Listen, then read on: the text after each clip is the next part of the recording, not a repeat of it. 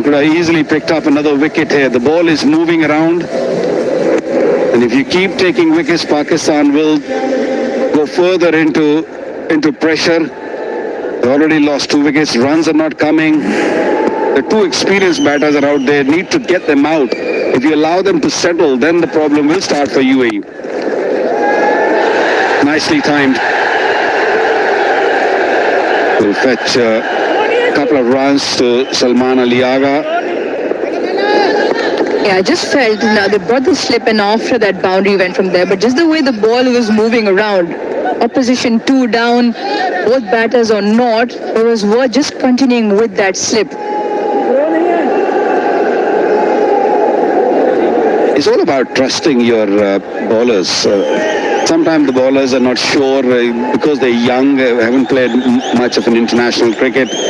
It's this man's job. He's got to take the responsibility. King skipper Wasim, he's got to say, okay, we're going to put the slip in. That's good bowling. And I think also now it'll be a good test for Salman Ali Agha, who obviously leads that messaging out of the Pakistan camp, to find that balance between aggressive intent and how it actually dovetails into the skill that side has. And I think that understanding is extremely important. Pakistan played 63 dot deliveries in that game against India. And every time risk was taken, it was resulting in 1s and 2s. It wasn't a full shot. So I think that Pakistan just need to find a balance. Very lucky there, Salman Ali Agha, that hasn't gone back on his stumps. Excellent start. 4 overs done, 17 for 2.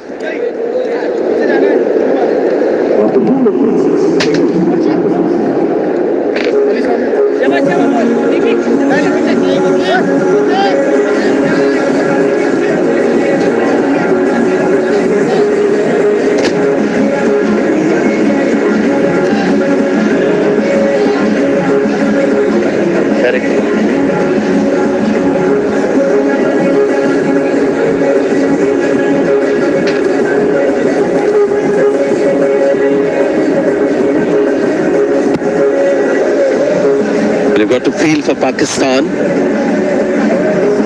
These are tough times. Former world champions, they won the T20 World Cup, the 50 overs World Cup, and here they are playing for a spot in the next round. Lost a couple of wickets in this crunch game. Need partnership. The most experienced batter is there, Fakhar Zaman. Spinner is on now. Good spell by the fast bowlers. They took 2 wickets. Pakistan only 18 for 2. We're into 5th over. Parashar was impressive in the last game. Has got a bit of spirit about him. He's there because Fakhar Zaman is a batter that everyone fears as a left-hander. You've got somebody who can bowl the off-spinner. This make his life a little difficult. We're still inside the first 6 overs, so just 2 fielders outside. And for the right-hander, we've got a long on and a deep square leg. Next one. Yes, sir. Change of batting order in Pakistan, playing 11. Haris is not came out at number 3. Fakhar came out at number 3. The skipper himself at number 4.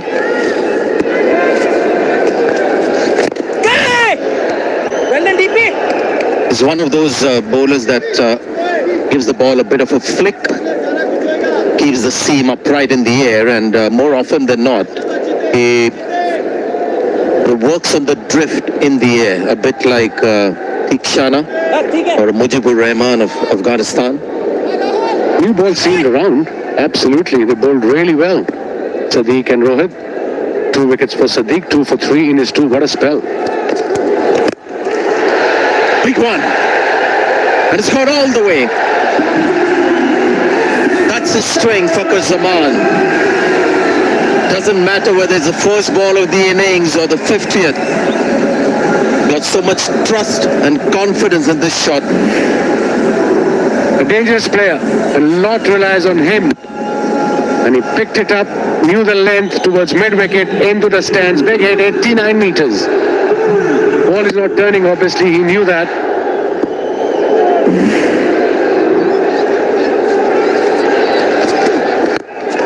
Well done. This is good cricket. This is your chance. Two fielders outside the circle. Keep going. The ball's not turning. You've got the power. Make the most of it. Best over so far for Pakistan, 14 runs from it, 2 sixes in a row, and 2 biggies from Fakhar Zaman. There was a carom ball, he read it, played it from outside off stump, mid-off was up in the circle, the second maximum. 22 of 13 this partnership between these two. Big hit, another big hit, 84 meters. And 2 big sixes. Let's see whether he keeps going or picks up a single and changes strike round the wicket. He was going for it again. Good thinking, really good thinking. I think single days are gone now in this format. If you hit a 6, go for another 6. And that's what exactly he did. He was trying to go cover, extra cover or mid-off, but cleverly bowled by Prasher. Just followed the batsman in the quicker delivery. Good comeback by the bowler as well. Missed that one. So, couple of sixes, couple of singles, 14 runs of the over, 31 for 2.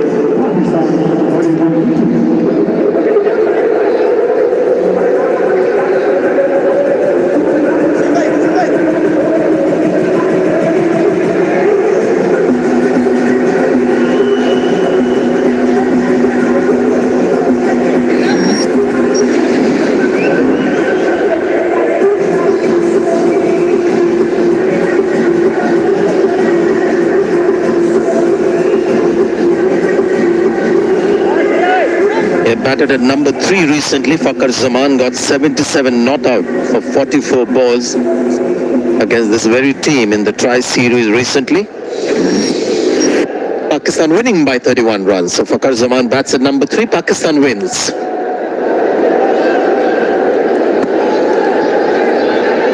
Rohit. There's a bit of pace and bounce on the surface. Impressive spell by Rohit, and early on, like I said, the new ball did jag around, seam around. The ball at very good lengths. Close appeal, and it's seaming, it's not swinging, and it's seaming if the ball pitches and then moves.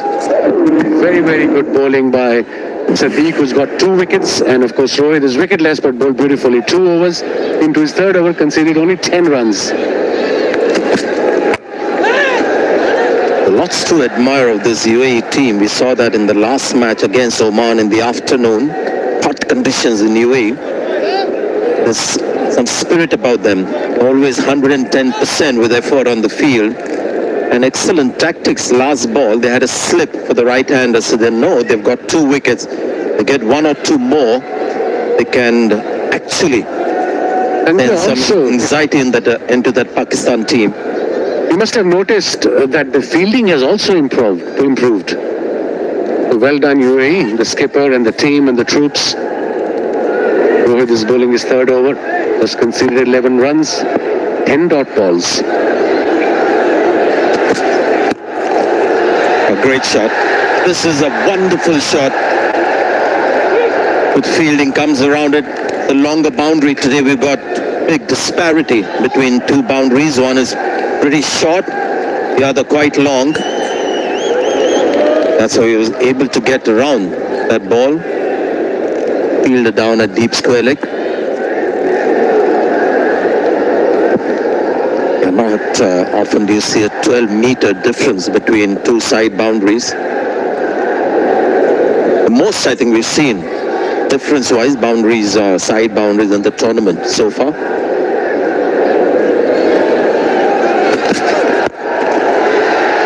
Gone for it again. Zaman is looking good, 16 of 10. This is a virtual knockout game for these sides. Got to win today to join India the next round. India's net run rate is ridiculous, 4.79. Still got a slip in place. They know they can get a wicket. He's bowling well, Rohit. Salman is on 8. With a good delivery, dot ball. And when I say ridiculous, Wasim, I mean in a good way. It's like, you know how kids say sick. I understand. It's okay. You very rarely see that kind of run rate, especially in tournaments like this. They are dominating so far, India, absolutely. Batting, bowling, fielding. Big day for Pakistan and for UAE, like you just mentioned, it's a knockout game. Whoever wins, they will play India in the Super Force. Spoiled a good over. Down the leg side, easy picking there for Salman Agha. 39 for 2 of the 6.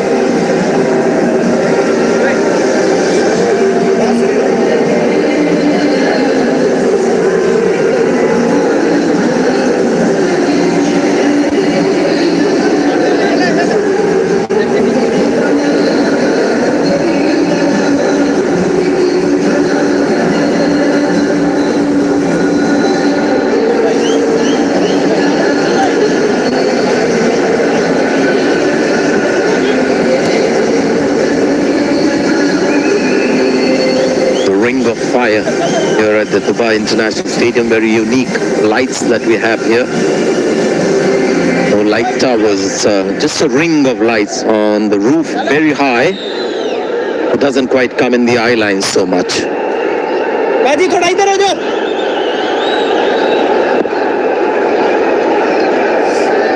Change of bowling. Heather will take the ball, the left-arm spinner. He's a good bowler as well. But now this partnership is going for Pakistan between these two. 31 runs. Just 22 deliveries. Fakhar is looking dangerous. Salman is supporting him well. There was the boundary of the last ball of the last over. Fine leg was up in the circle. Poor delivery. A good competitor, Mohammad Rohit. Pulled a good over. Very economical. Runs in hard. The last ball lost control. Sometimes it's about losing focus as well towards the end of the over. Tough game. Pakistan just 39 for 2, their lowest score in the power play in this tournament.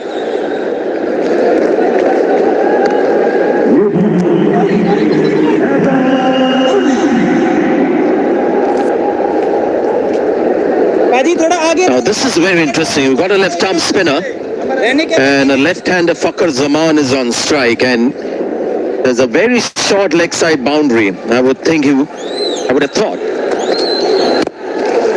That's why he's giving him no length at all to play the big shot. He's gone very full. Generally, you'll have a left-arm spinner bowling from the other end, the left-hander, where the leg side boundary is much longer. Hence he's bowling quicker, he's bowling fuller, and he's going middle leg to Fakhar Zaman, Heather. Always in the spotlight, Fakhar Zaman. It's a big score, and it goes well. Wins you matches, good cricket. Big single, gets the left-hander on strike. A pressure over this now for Haider. X-side boundary, we just showed, is a very short boundary. Going Fakhar, he'll be aiming towards mid-on and mid-leg. Anything in this radar will go towards shorter boundary. He's on 18, he's looking good, strike rate of 150.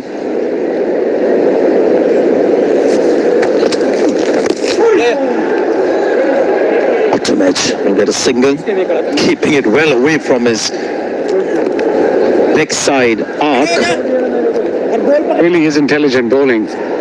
That particular ball did just bowl outside off stump and slightly shorter. Because Fakhar was looking to go towards the leg side with the spin, shorter boundary.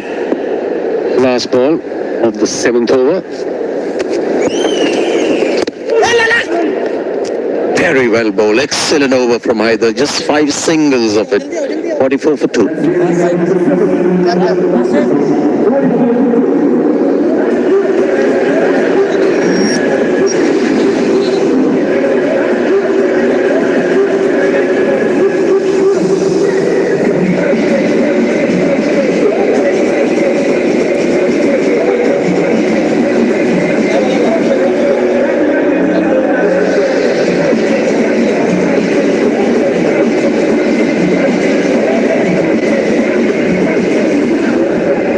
Again, lost 2 early wickets, Pakistan. And generally the fallout of wickets is that the run rate goes down. Not with all teams, but some teams, and that's why the lowest score in the power play this tournament in this match for Pakistan. Another interesting change. Left arm spinner Simranjeet Singh will bowl to Fakhar Zaman.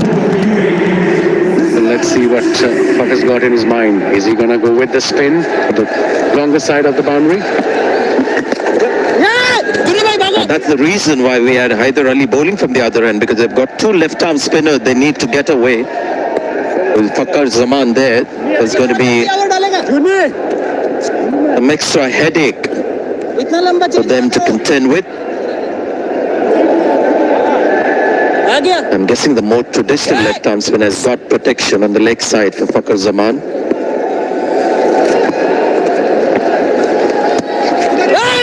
A pretty classical left-arm spinner. Bit of turn, bit of bounce, and he's definitely slower than Heather from the other end. Simranjeet Singh, that's why he's bowling from this end, 82.6 kilometers an hour.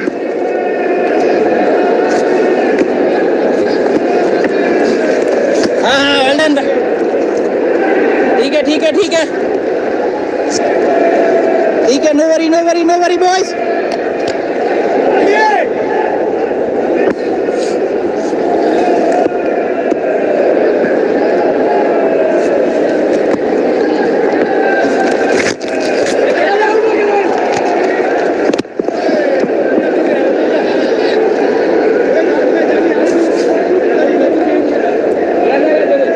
पता है मेरे लग के गई है.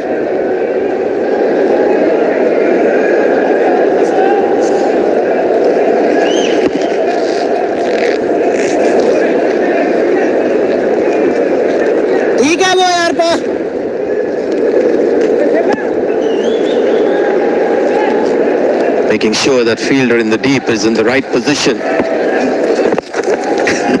Fakhar Zaman happy to pick off a single on the leg side, much shorter the length. Really is good bowling by UAE. Pakistan 48 for 2, we're into 8 over 2 balls to go. Run rate is only 6.26. Need a couple of big hits, couple of good overs, Pakistan.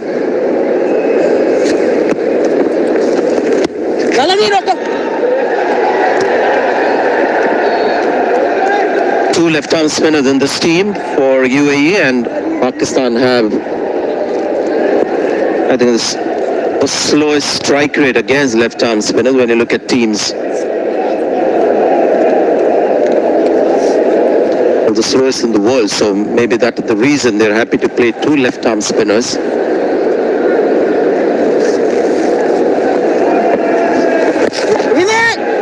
fact, there might be a third one as well. It's like Bangladesh from the 90s. 50 for 2.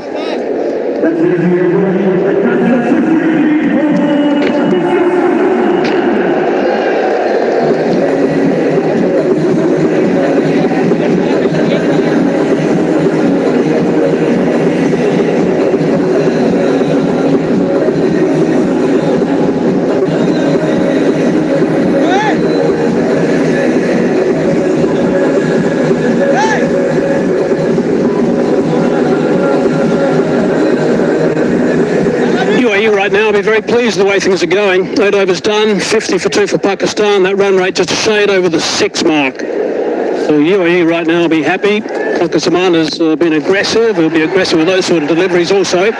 He's thumped that one down to possibly 4. Yeah, it is 4 in the end. 4 off the first ball of the over.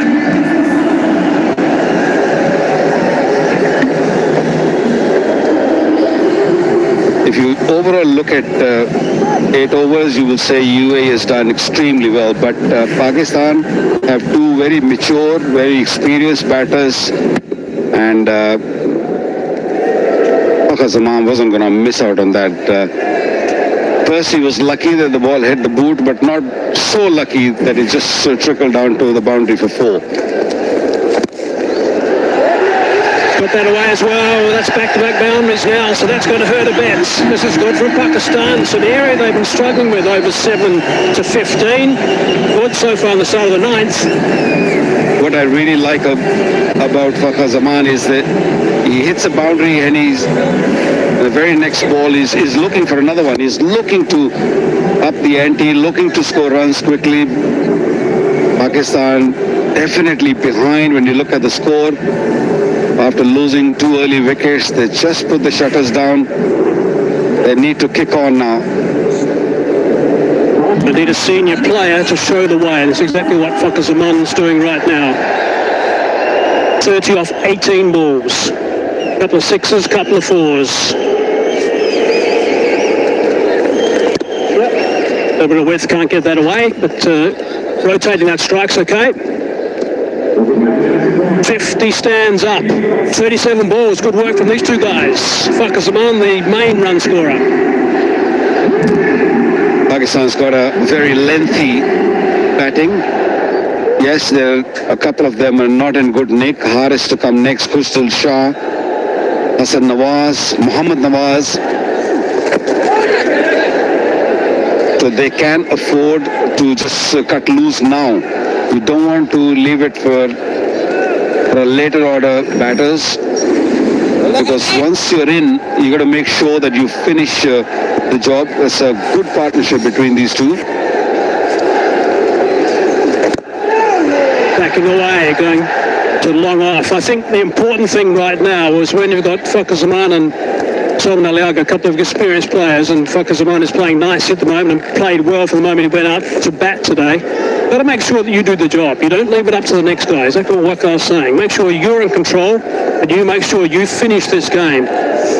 Big scores, big individual scores win these games.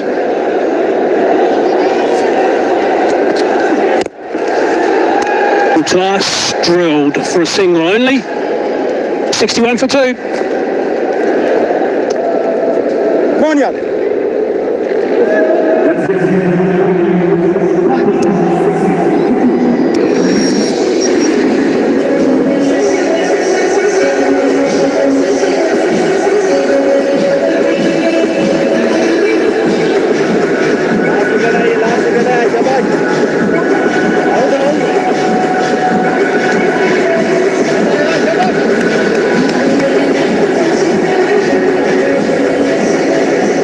Nothing for that first wicket, nothing for the second, but this one's threatening now. 52 unfinished. Second 50 stand in this tournament for Pakistan.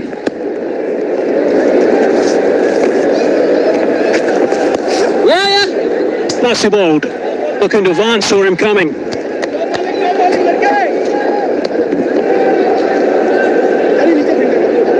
Simranjeet is mixing it up very, very nicely. Not pushing the ball, he's playing with his pace, bowling slowly at times, making the batter think. And getting a bit of turn as well. Yeah, you bowl slowly. I think the ball does grip. It's a dry surface. Yes, there is a grass on the pitch. That's why we saw a little bit of seam movement early on in the game. But as a bowler, if you land the seam on the surface, the slow surface, ball does spin. He's got away with a couple there, the last two balls.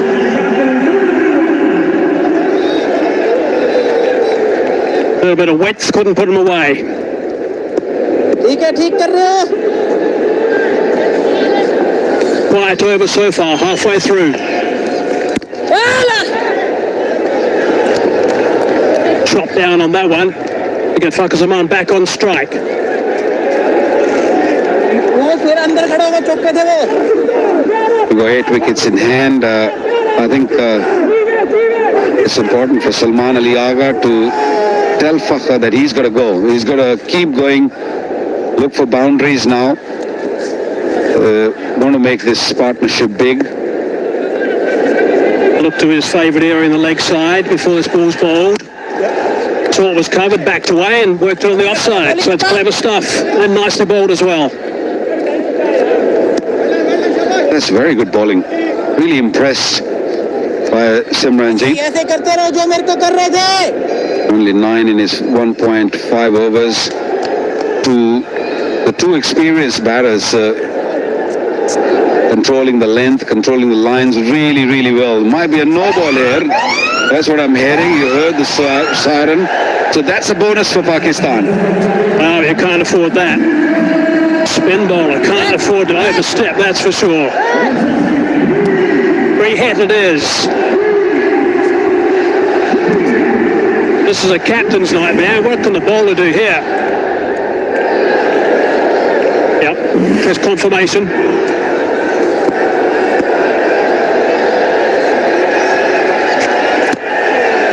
Didn't keep his shape long enough. Lost it totally, did Salman Ali Agha.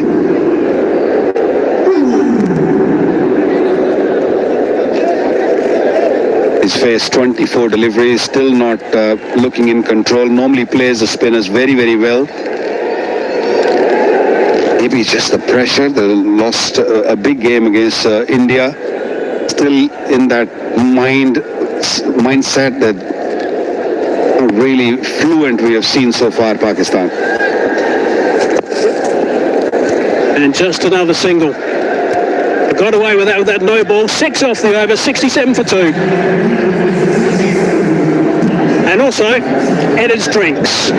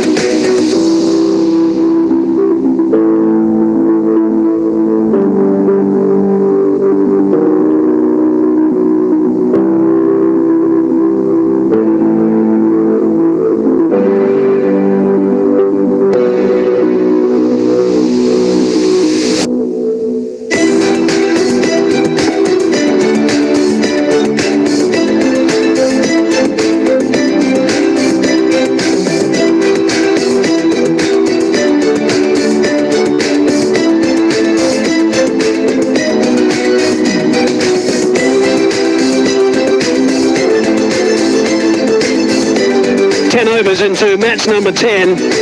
It was UAE who won the toss, selected to bowl first on a surface which was providing a little bit of assistance as well, and it didn't take them long at all to get into the game. Ayub is the one that's been having a bit of a nightmare at the moment. Got a couple of first bowlers the last 2 games, and this is a second bowler. Siddiqui. Top edge, down to that man at third man, snaffled that quickly, and this is the second one he took, so this is 2 wickets in no time for Siddiqui. He's been terrific, 2 for 3 he's picked up so far today, backing up for his 4 for 23 in the last game. He's been around for a while, but he's still a terrific performer. Yeah, very impressive, Junaid Siddiqui, and followed it up with Mohammad Rohid, who bowled beautifully. 18 runs, but look at those dot balls, 11 dot balls from the 2 top fast bowlers. They put Pakistan under serious pressure. They're just coming out, Pakistan, out of some sort of problems. India at the top, Pakistan at number 2 at this stage. And the UAE, they just want to sneak in. They have a chance if they beat Pakistan. Pakistan can go home and UAE can qualify. So it's a big incentive. Yeah, it's a knockout game, so it's got everything on it, this game, that's for sure. Let's look at the projected score. They go at the current rate. They'll get to the 132 mark, 147 if they step on a bit more, going at 8s. If they happen to get to going to 10s, that'll mean that Fakhar Zaman, I suggest, and particularly will need to continue for some time. They'll get close to the 170 mark, which will be a good performance on a track that's providing A little bit of assistance for the seamers first up, bit of swing, a little bit of seam as well, and a bit of bounce on a good surface. Right, Barry. So 10 overs done, 67 for 2 at the moment. Pakistan lost 2 quick wickets. 2 for 9 they were, and this partnership's got them back on track. 58 of 47 deliveries, and Fakhar Zaman in particular on strike right now. 35 off 23, he's played beautifully. Some width. Missed out again, straight to the fielder. There was a long chat at break time. They probably looked at the score and they said, okay, what do we need? For me, I think they need at least 100 runs in the coming 10 overs. But for that, they have to take a bit of risk. They got wickets in hand, Pakistan. So risk is must.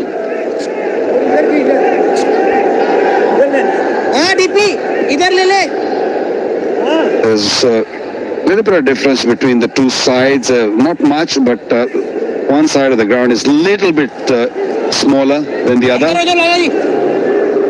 I think this is a wonderful ground. Pitch number 3 today is looking really good. It's an outstanding ground, this one. In the air for a while. Just picking up the single. Tri-series in Sharjah not so long ago. Fakhar Zaman picked up 77 off 44. Batting number 3. And Pakistan got 171 for 5 on that occasion. Won on that occasion by 31 runs. 69 for 2 right now, Pakistan. Well done, DP. Certainly bowling wide. Keeping him away from that leg side shot that he likes to play through cow corner. Here's a look at some of the work that's been done. There we go. Nice and wide. Forcing him to bowl. Bad, I should say, on that offside, keeping him away from that leg side, that shorter boundary, and also, of course, the shot he loves to play. Tactics, nice to see. Oh, he's almost dragged that onto the stumps. That's not too far away from what initially was his leg stump. Tactics are really good from the UAE bowlers. To the skipper, Salman Ali Agha, they're just making sure that the ball onto the leg side, and for Fakhar it's the other way around. The ball wide and a little bit short, asking Fakhar to cut.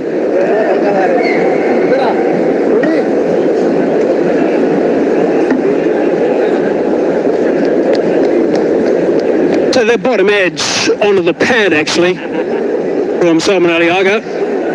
Got a little bit of a glancing blow, I think. I can't believe they're running it actually to check that. But anyway.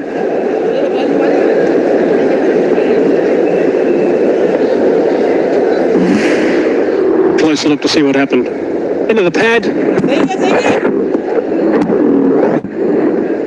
And a slight little nudge on the badge.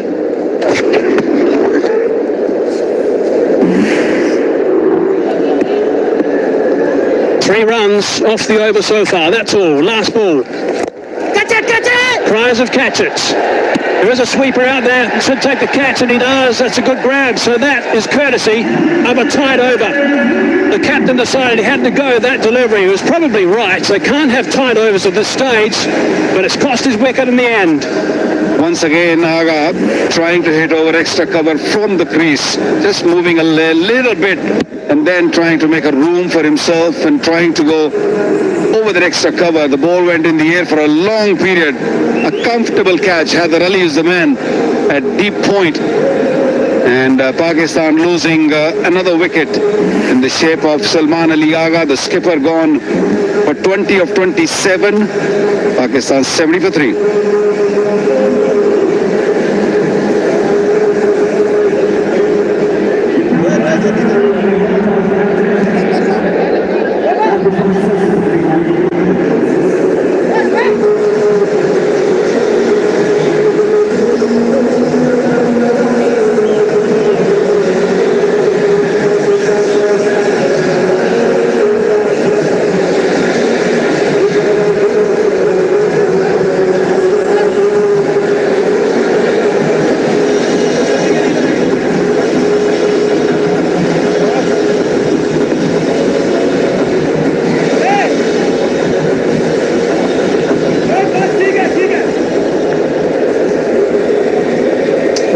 overs left in this innings now for Pakistan. It might be ideal for this man. He's a very talented cricketer, 23 years of age. Likes to give the ball a bit of a whack. Very strong indeed. UAE just chopped it down at the right time. The Pakistan was really threatening, but now they've lost their third. Pakistan. A couple of very aggressive players in the middle.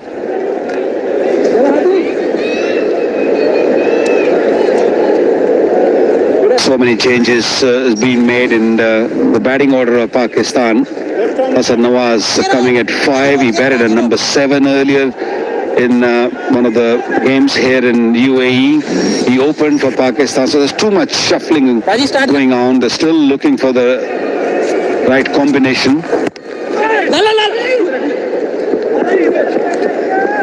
Normally opens the bat. Hassan Nawaz scored a century against New Zealand, in New Zealand, in a tricky situations, been demoted, asked to bat in the middle order.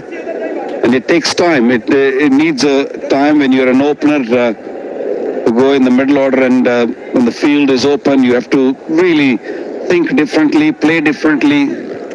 And I think Hassan Nawaz is just learning the art of batting in the middle. I really like the way that these UAE players are being very precise about field placings. They all seem to know exactly the role they need to play. It's really impressive. Throughout his career, by the way, Hyder Ali has been outstanding. He's been going a 5.54 in T20 internationals. Slow delivery that time. Looking to touch and turn, coming back, throws on. 2 is the result.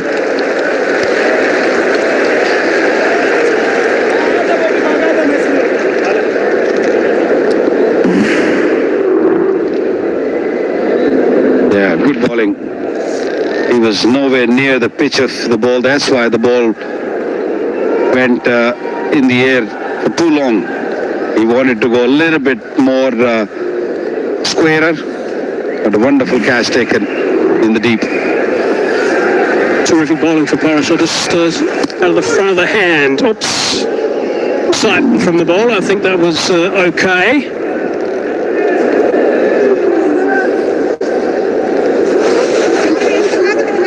Wicket and a tied over the previous one. Just 3 runs from the previous over, 4 runs from this one so far, and 1 ball to go. A really good middle patch now for UAE.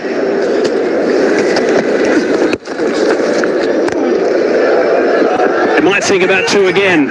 They wanted it, but only the single. Well done, 75 for 3.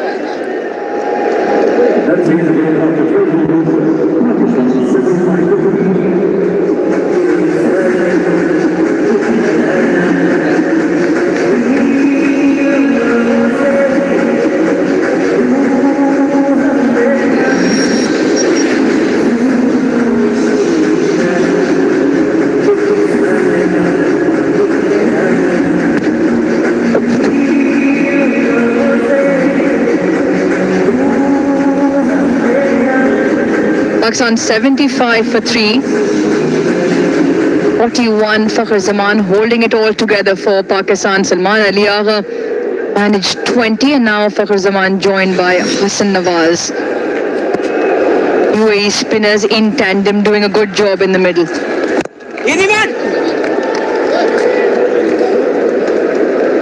Alongside Sanjay, the average first innings score in Dubai 2025, 150.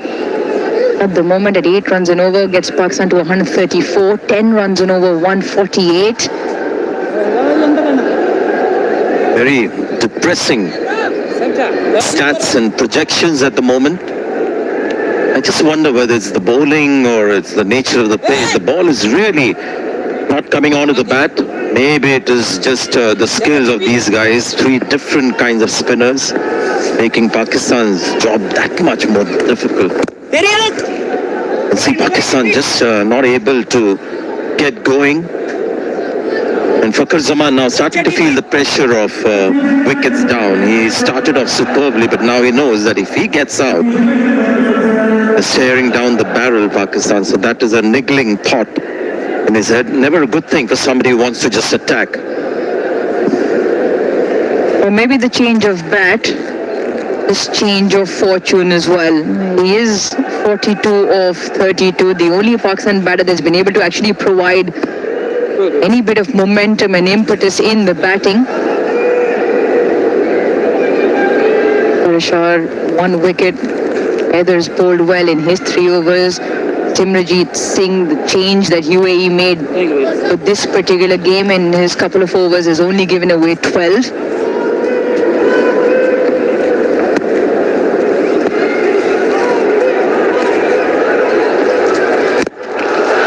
Big shot straight down the ground. Not many go the way they can go off Fakhar Zaman's bat. He's been dealing in sixes. He's got 3 of them now. That's a great shot. I just mentioned pressure on Fakhar Zaman, knowing that one shot goes wrong and gets out, and Pakistan will be in doldrums. But with that knowledge, to take on the spinner with 2 fielders deep on the boundary shows the class of the man.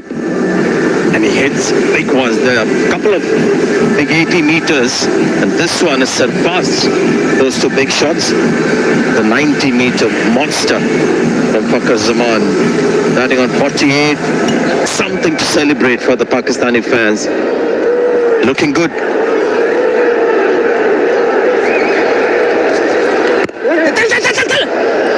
Bowler does well.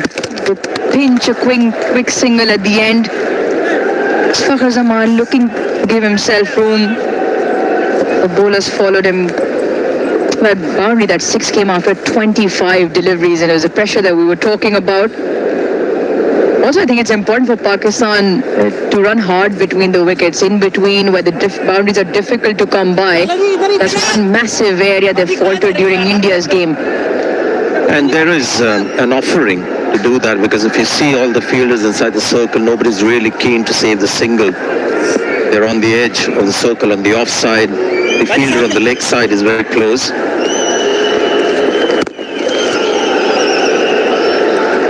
This is going to be a crucial partnership only because Fakhar Zaman is well set. It's obvious spotlight on him. But the new guy who's come in, Hassan Nawaz, there's something special about him. He hasn't gone flying yet in the tournament, but already shown some spark about the talent that he possesses. So this partnership crucial to lift Pakistan.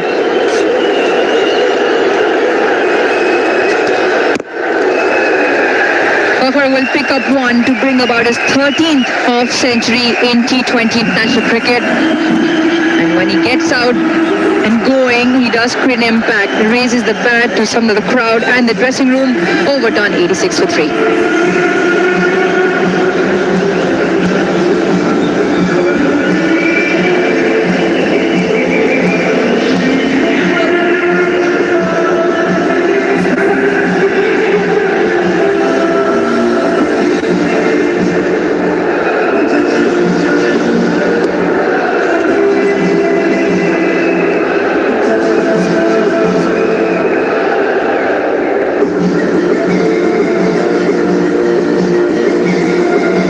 Fakhar Zaman achieving another milestone, 13th half-century, back-to-back against UAE in T20 international cricket.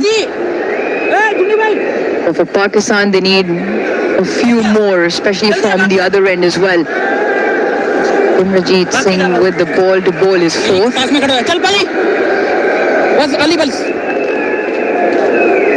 He'll set heavily on the leg side, as you'd imagine, for Fakhar Zaman. Long on, deep mid-wicket, deep backward square. Couple of fielders on the leg side, inside the ring. Catch it is the call, and catch is taken. What a soft dismissal in the context of the game, and the left arm spin for UAE working. And there's always this nervous moment for a coach watching a batter get to 50, because you start thinking, is he going to do something different? He tried to make room, not so much to play on the offside. I guess he was just trying to unsettle the bowler, who reacted superbly. This ball is shorter, got it wider, and in the end it was a nothing shot really. So well done, Simranjeet. What a wicket and what a time to get it. This is now looking extremely scary for Pakistan. They're batting first and they've just got 86 for 4 in the 14th.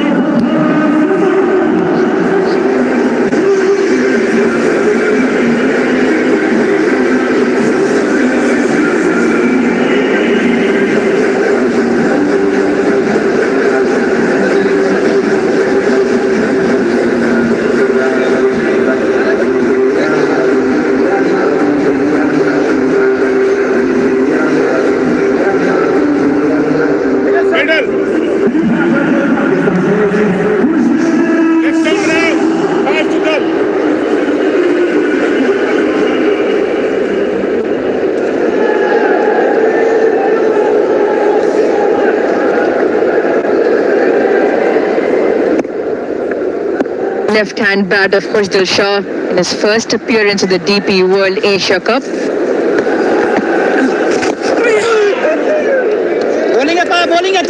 It's quite amazing in this day and age in T20 cricket. You've got a classical left-arm spinner doing the basic stuff, doing the classical stuff and keeping the batters quiet. Khushdil Shah, first game in the tournament. I mean, have a look at that. That is slow left-arm spin that Pakistan is struggling with. At last ball, just 80 kilometers per hour. The slower you bowl on this pitch, you get turn as well. He's conceded only 13. He's got the wicket of Fakhar Zaman. Really struggling Pakistan here. Yeah, he moved because the field was set heavily leg side before that ball, but it's almost a half-hearted shot. He doesn't go through with it. Had maybe Fakhar gone through with it, it would have cleared that fielder in the inner ring. And an extremely soft dismissal. Probably just a little bit of panic set in the Pakistan dugout with... That's a straight one. That is a straight one indeed. Hassan Nawaz does not agree. Let's have a look upstairs. What's happening, Pakistan? What's happening?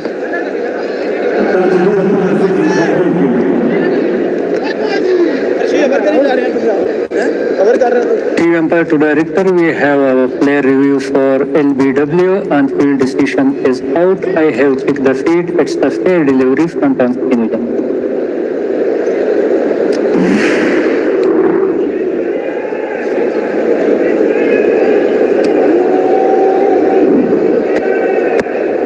Yeah, it's a very close to the bat. Can we confirm with Ultra H to any bat involved?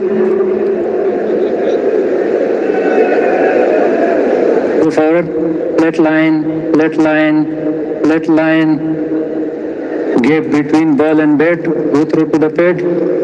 Yeah, I'm satisfied. No bat involved. Ball tracking when ready, please.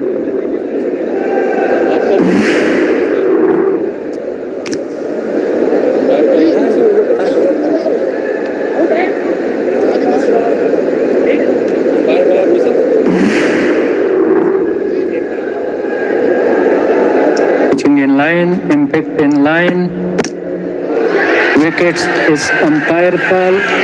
Please stay on your original decision for team when you are on screen.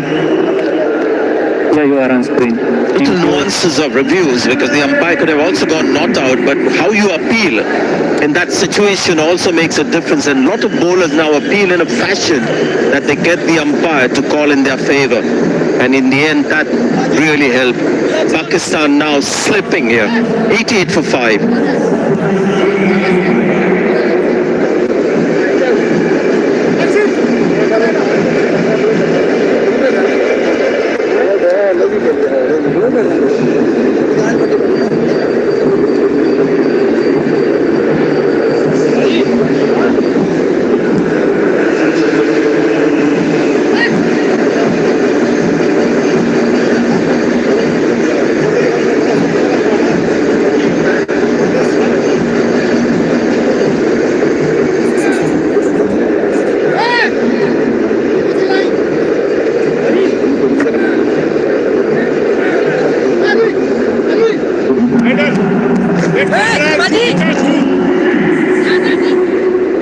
Mohammad Haris in at 7. Change of position for him yet again. Just the 2 outings at number 3. But he's slipped massively down the order. And also to face the music, UAE with a massive spring in their step. Simranjeet bowling with a slip. Is that just outside? Maybe just outside on impact. Yeah, a couple of things, whether there was glove as well when he played that shot. If it was directly past, that's going to be close. Have they got... Yep, they've got the instincts to go for it. Let's see what happens.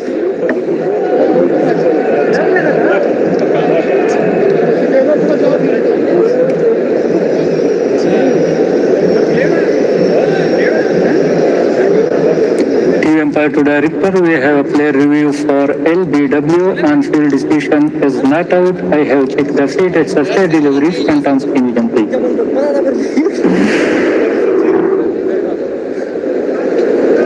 मुझे देखी जैसे ना पीछे check करो लग नहीं लगता कुछ वो पैड नहीं बैठ It's very close to the bat and gloves, so please show with ultra HD concern. Thank you. Go forward, flat line, go forward, flat line, go forward, go forward. Yeah, freeze it. There is a spike hit on the gloves. Normal कर सकती है अभी So the team, please stay on your original decision. Stand by, you are on screen. Thank you. On-field decision stands. Mid-on को पीछे ले लो Glove. That's what saved Mohammad Haris. Maybe impact also. Just outside. Still looking over his left shoulder.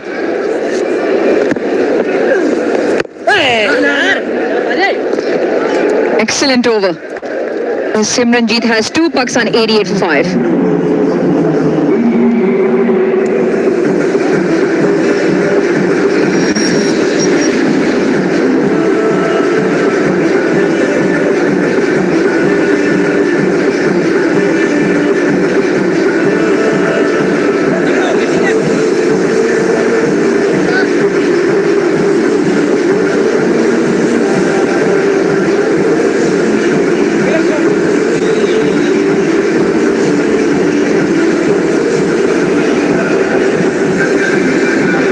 Shah and Mohammad Haris looking to dig Pakistan out of trouble, and not just that, putting something substantial as a first inning score here.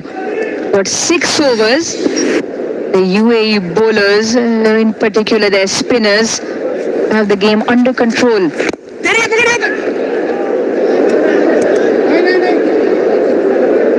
Last to fall was Hassan Nawaz, trapped right in front, slightly slow through the air, and it was just clipping left stump, and that's why umpire's call meant Simranjeet could celebrate his 2nd wicket.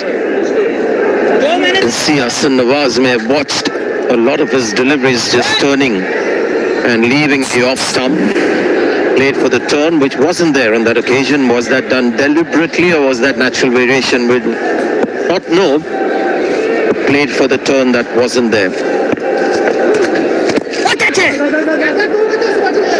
Very, very good bowler, Dhruv Parashar.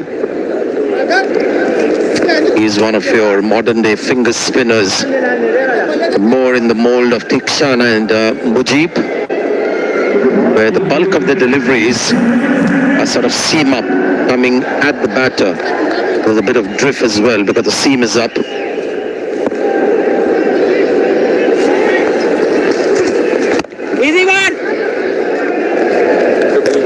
Now, Khushal Shah has plenty of T20 experience, but at the moment he's up against UAE spinners that you're talking about. Sanjay, Dhruv Parashar, very good.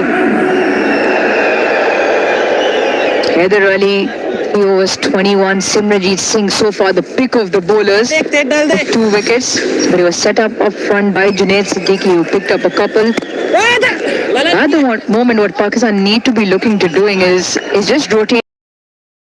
Every time they've gone for a big shot, Haris as well. First ball that he came in, just try to play a lap. Just get 1s and 2s going. Even with that, you keep getting 6, maybe push for to get 7 runs and over. But the odd boundary for the next couple of overs. Still 32 deliveries, legal deliveries. You'd expect it from Coach Dilshah, strong on the offside square. Very good with the big shots onto the leg side, with the slowish nature of the surface and the spinners. We'll just pack that for now. I was going to say Pakistan has to be a sensational bowling performance, because I don't see them getting a big score here. It's going to be an under par score. They have the bowling to defend that score. 93 for 5.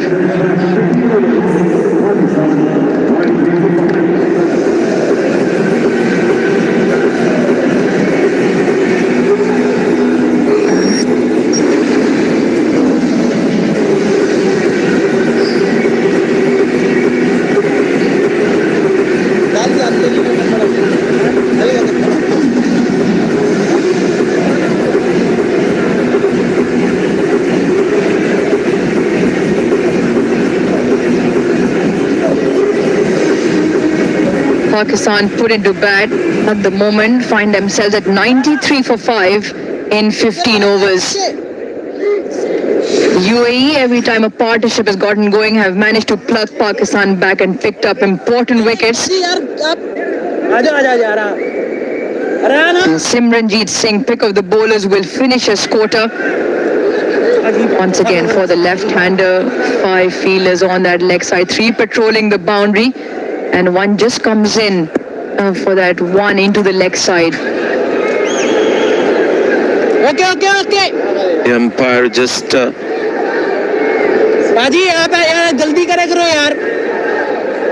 letting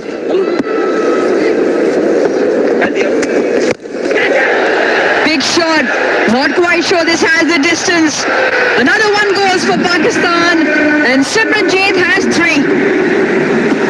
Yeah, this is the problem. See, there's no outlet for Pakistan. If they want to hit the big shots, it's got to come with the turn on the leg side. They can't be playing on the offside on a slow pitch like this. The problem today is that you've got a huge boundary on the leg side. They've got to really nail it. Look, it's a big shot that's being caught 15 meters inside the boundary rope. A bit like Imran Tahir's celebration. And then the Shikhar Dhawan trademark celebration. Wonder whether he's taken the copyright from it. Another wicket falls. Pakistan now down the barrel, staring down the barrel. 93 for 6.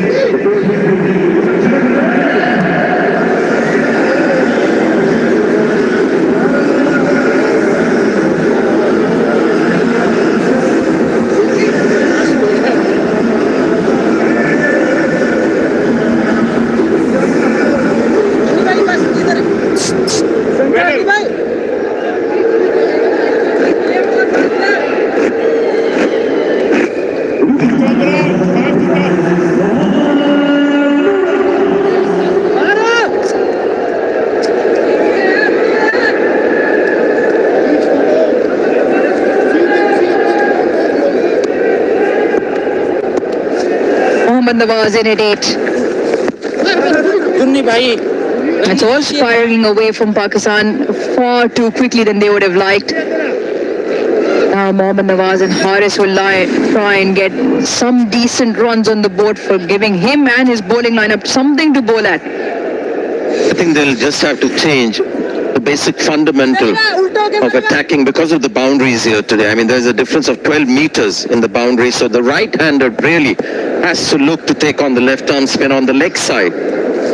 Maybe against the turn. Just away from the flying fielder, short cover. Much needed boundary for Pakistan comes after 3 overs.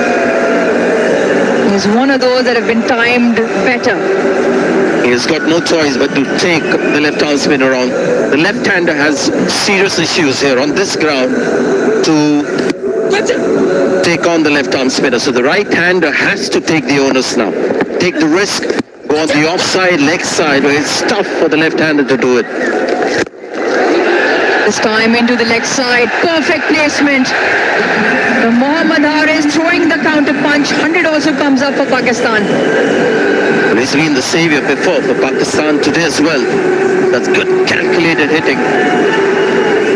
Right-hander taking the responsibility, putting his arm up, and good shot selections. Ball was short, waited for it to arrive, and he knew where the gap was. Short boundary there.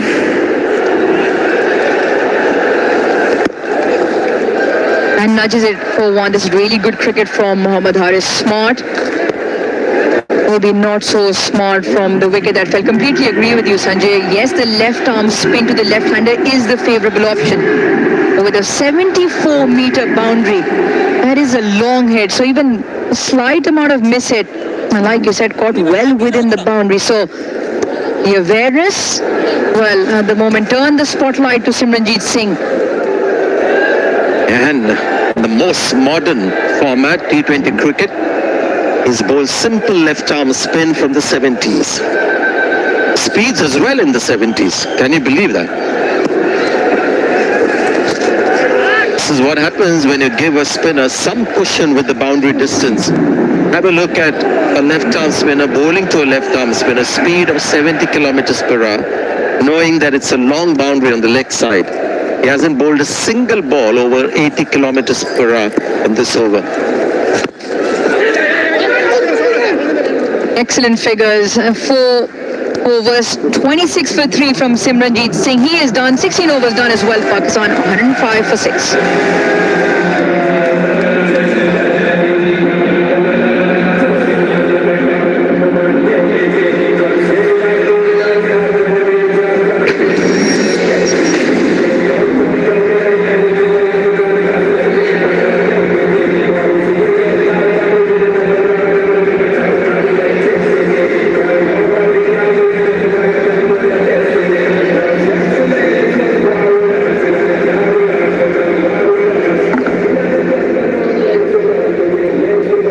Overs done, 105 for 6 now. The Mohammeds at the crease, Harris and Nawaz. Work to be done here for Pakistan. They were happy to bat, by the way, when they lost the toss earlier, when UAE won the toss and decided to bowl first. They won't be particularly happy right now. 16 overs.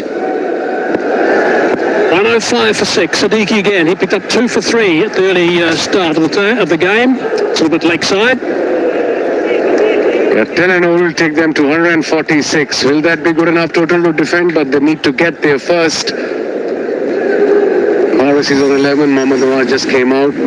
Sadiq, 2 overs, conceded only 4 runs. What a spell from him with the new ball. Rohit bowled well too. And pick of the bowlers, of course, Simranjeet Singh. 4 overs, 9 dot balls, 26 runs and 3 important wickets. And his average speed at 79.7, correction, 80.4 k's per hour. It's very rare you see that sort of speed in this format. That's why he was so difficult for the Pakistani batters, because of slowness in his bowling. Yeah, I thought he was terrific. Absolutely outstanding all day today. His field placings were really good. He knew exactly where he wanted to bowl, how he wanted to bowl, what pace he wanted to bowl. He knew he'd get a little bit of turn when it mattered as well. Really bowled nicely for these 3 wickets. Really good work from him. Dismay on the look of the captain from Pakistan. Under pressure here, big time Pakistan. 6 for the down, they're into 17th over.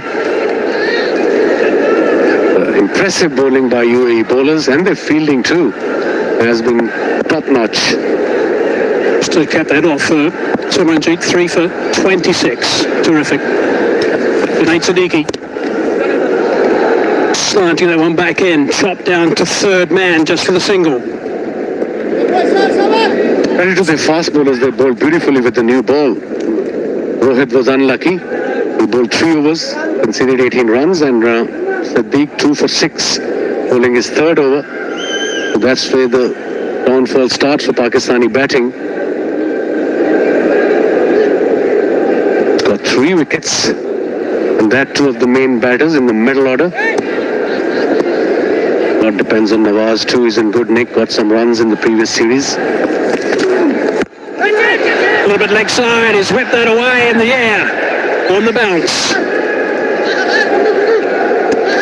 He was lucky there. We were talking about Simranjeet. He bowled beautifully with very good pace. Yeah, really good work from Simranjeet Singh. He's looked like he's really enjoyed being in the fight here today. That was a bit of a soft dismissal, but a big wicket. That was for Zaman. That was Nawaz, who just arrived, just hit that leg stump up, is reviewed, and that's the last to go. Kushal Shah, Quazim, the captain, takes the catch, and a big celebration's on from the left-arm orthodox spinner. Brilliant work from him. Probably pulled the spell of his life. Simranjeet Singh. Again, rolling that right line. A block down the one side.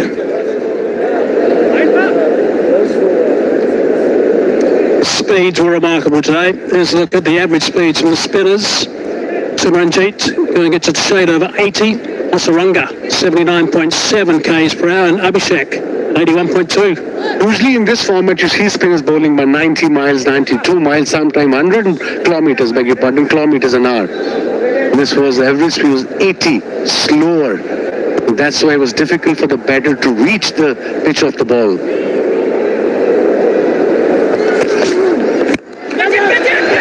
Rise of catches. Might be out. It is out. That's a really good catch. He was covering really good ground. The skipper had his eyes on the ball all the way. Really good work, and that's an important wicket at this stage. Fabulous catch, and what a wicket for UAE. Nawaz goes, third wicket for Sadiq, 3 for 8 in his third over. What a spell for him. Let's have a look at the wicket. Slow ball, off cutter, didn't middle it. Midoff was up in the circle. He was looking to play over Midoff, didn't middle it, and look at that catch. Very well jet cut by the skipper. Leading from the front, third wicket for Junaid. Pakistan here under pressure big time. So Nawaz departs for 4. Now Pakistan struggling big time. 110 for 7.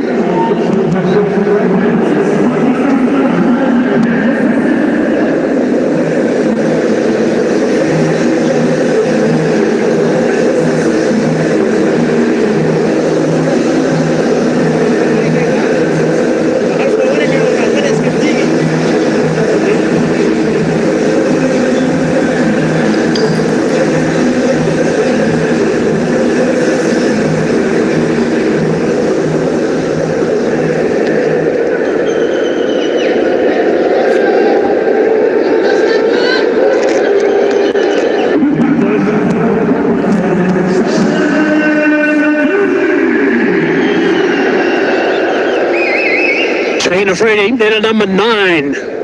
He's got to continue his fine form. He's got runs against India. 33 of 16 crucial ones. Another dot ball, another brilliant over, 5 runs from it, and a wicket. 110 for 7.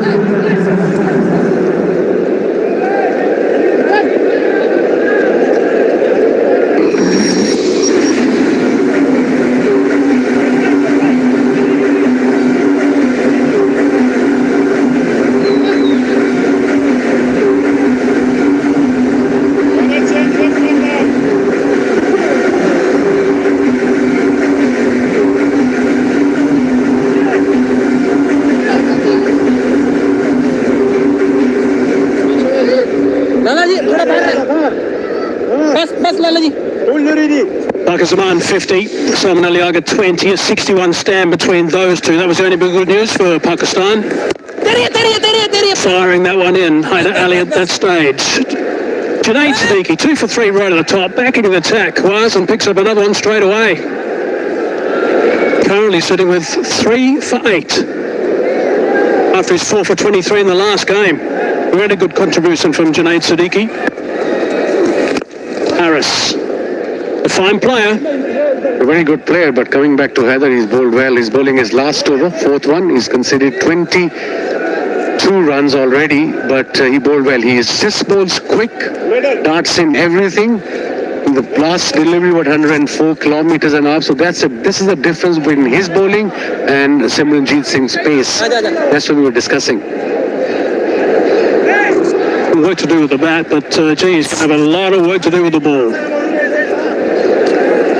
Raheem Afridi have to really put the cat amongst the pigeons when he's got the ball in hand. Full toss, just bunting that one down the ground, looking to come back for the second. That's good running. Good understanding from these two guys in the middle for Pakistan. Run is important. We all know that, but they got to get to somehow 135, 140. Can an over will take them to 137 from here onwards. After this, 2 more overs to go. RS is on 14. Shaheen just came out, got 2 of 2 deliveries. So Afridi will try to have a go at the left arm spin, but he's bowling cleverly, he's bowling really well, he's bowling full, and of course trying to aim middle leg. He's got square leg, mid-wicket, mid-on the boundary, and short fine leg as well. Looking to go back away to give himself a little bit of room on that occasion. Afridi fired leg side, couldn't get it away on the leg side. Like to see Shaheen Afridi to play a couple of shots towards extra cover if he can, because he's not turning the ball, he's not even trying to turn the ball. He's just bowling straight. Play him like a medium pacer. Don't move too early. I think that's one of the things as well. Don't give the game away. A couple of Pakistan boys have done that today, moving too early and giving the spinners an opportunity to change their line. Firing that in, hitting the thigh, scrambling through for 1.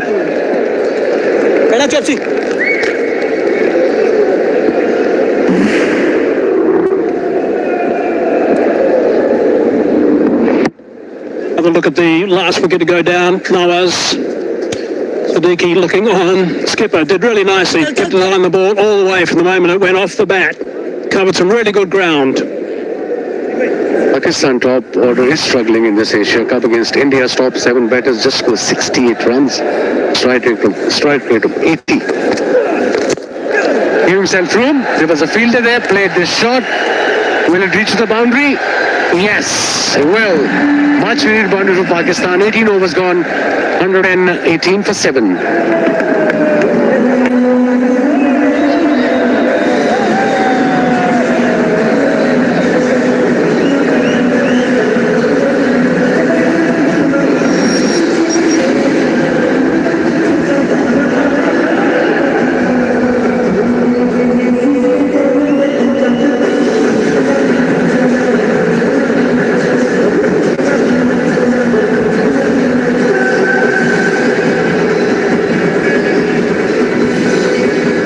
Again today, Pakistan had their problems in their overs 7 to 15. It's been an issue for them of late. Apparently been going at about 5.5 runs an over the last little while. Today, they just got a little bit more than that at 5.9, but losing wickets as well. And losing wickets at the top didn't allow them freedom.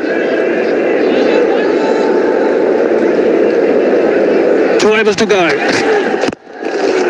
Good connection, hard down the ground, and that's 4 runs. That's a really good shot from Afridi.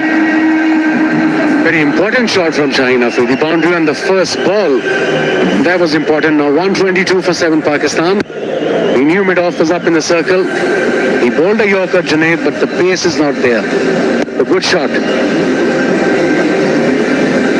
The first ball the over as well. There's an opportunity to build on something. Afridi be looking to hit boundaries. Mohammad Harris, I wonder if he's got an opportunity here to play a terrific little cameo. Pakistan, there's virtually no time left in the inning, so he hasn't got too many balls to face. He's going to have to make the most of every one. Junaid realized he's changed his field, third man up. Mid-off has gone back on the circle, so he probably will do a lot of variations now, especially the off-cutters against Shaheen Afridi. He likes pace on, not pace off. Oops, that's a little bit wide, so it's a re-bowl that one. And his last over now. 3 for 13 for Junaid Siddiqui. Really good on the top. Picked up 2 wickets in no time. Been a terrific performer over the years for the UAE. That was Ayub. Caught at third man. Flecked on the onside. Second one down. Eventually off the peak of the cap. And this is the last to go. Nawaz caught by the skipper.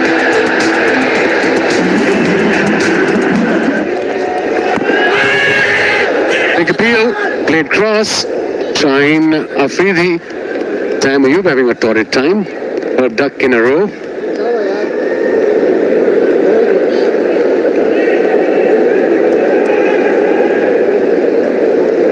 Not interested in having a look at all of that one. Eventually, having a bit of a chat with his bowler, but deciding not to go it up. Yeah, but 3 for 13, 4 balls left in his spell for Junaid Siddiqui.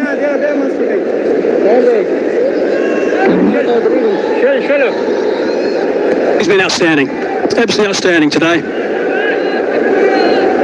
One of those guys who really wants to make a difference in a match every single time he plays. I've seen a lot of him over the years, and he's a 100%er. Whipping across on the leg side, that's a terrific shot from Shaheen Shah Afridi for 4. What a shot from Shaheen Shah Afridi. Flick of the reds towards mid-wicket. There was a fielder there. Mid-wicket and mid-on. Played beautifully between those two. That was his second boundary. And much needed for Pakistan. Outside off stump. Couple of steps and look at that shot. There were only 50 meters between those two fielders, so played it beautifully. I think he enjoyed that as well. Whip of the wrists. So 9 off the over. We're only halfway through, so there's an opportunity for a big over. 3 boundaries on last 10 deliveries. Just seen Pakistan rather need certainly another boundary. I would have thought for the next 3 balls of this over. Dropping that in the ground, Siddiqui just can't quite get there, so trickles away for 1.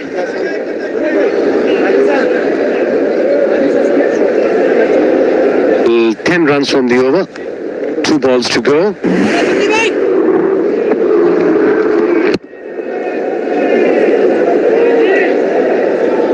Just a bit of a tangle.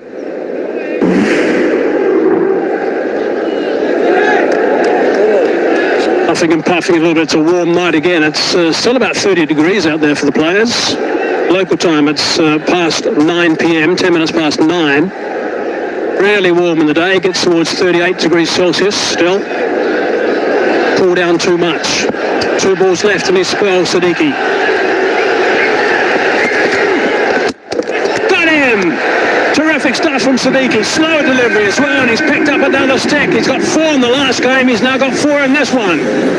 He's having a time of his life. 4 in the previous game, 4 against Pakistan now. He's got still 1 more ball to go. 4 for 18. What a spell. Let's have a look. Yes, back of a hand slow ball. He's got everything. Off cut at the back of a hand, and he missed it completely. RS, 8 wickets down for Pakistan. He had to look to play some shots at Mohammad Haris, but batting at number 3 in the previous couple of games. Today goes for 18, right down the end of the batting order. 128 for 8.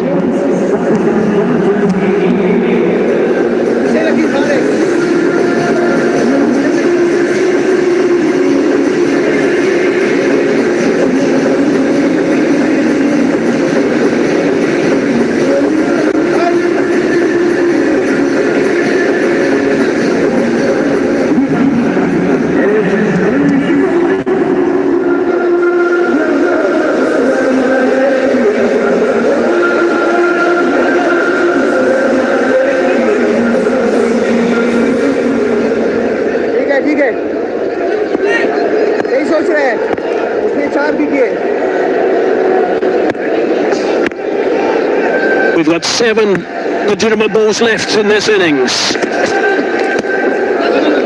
Using that one away, looking for the single sent back by Afridi. Haris Ralph that was. Smiles from Sadiq Afridi. 128 for 8.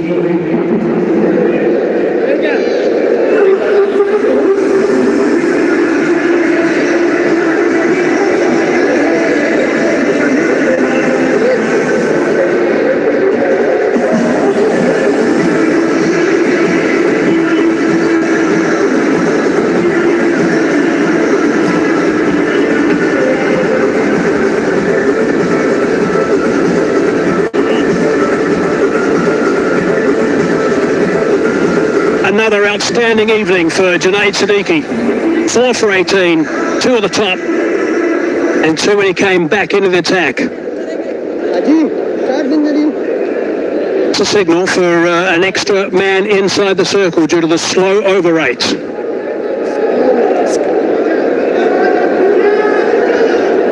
Yeah, 5 fielders inside the circle. Lot more pressure on the bowler. Rohit is bowling the last over of the innings. The mid-off is up. That's the 5th fielder inside the circle. Might work nicely for Afridi. Hits that one hard. Hits it strong. Down the ground. 6 runs. Terrific way to start the last over. Ideal. First ball 6. 134 now. Defendable total. 5 balls to go. What a shot. He's in good nick. 17 of 9. Strike rate of almost 90. Let's have a look. Picked up slow ball beautifully. Waited. Bam. With a straight bat. Picked up his spot. He knew mid-off was up in the circle. He likes the ball coming onto the bats rather than the spinners. First ball goes for 6. Leg side, whips that away also with his strong rest. This is a 6 more. Yep, sure is. Back-to-back maximums. Terrific stuff from Afridi. Unbelievable shot, this one from Shaheen Afridi. He has improved a lot. I think the last inning had given him so much confidence. He got 33 of 16 delivery in India. Down leg side, not a great delivery. But look at that shot. 80 meters, a big hit, is he? It is a very good connection.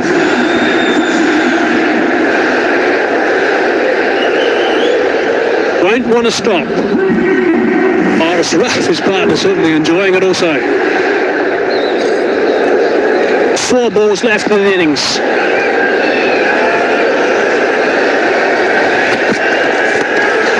Shot ball, whacked away. Fine shot. 4 more. Good stuff from Afridi. 16 runs from 3 deliveries. What an innings from Shaheen Afridi. 27 of 11. 3 fours and 2 massive 6s. Not the best delivery when you have 5 leg up in the circle. Of course, it's difficult because they've got 5 fielders inside the circle. But credit to Shaheen Afridi. That's really important innings for him and for Pakistan. Yeah, he's worried about bowling in the slot again to Afridi and getting dipped over that boundary line straight. So he decided to bowl that short delivery. The plan should have been go outside off stump. Maybe have mid-on up. Have mid-wicket slightly straighter and mid-off back and go outside off stump. Let's see this time. He heard you. Exactly right, was. You've done this before. Long time ago, Hazy. All have very good memories, don't worry. That's the ideal place to bowl against a batter like Shaheen because he's a very strong onside player. Everything is towards mid-wicket, square leg and mid-on. And he's now gone across, you can see, covering his stumps, Shaheen. 3rd man inside the circle. Nicely bowled in the block hole. You can't do too much with that. Not rotating the strike. Got 1 ball to go. Decent total now for Pakistan, 144. Shaheen is on 27 now. 1 ball to go for Pakistan's innings. Yeah, just 13 balls, strike rate of 208. 2 6s and 3 4s from Shaheen Afridi. This is an important delivery. I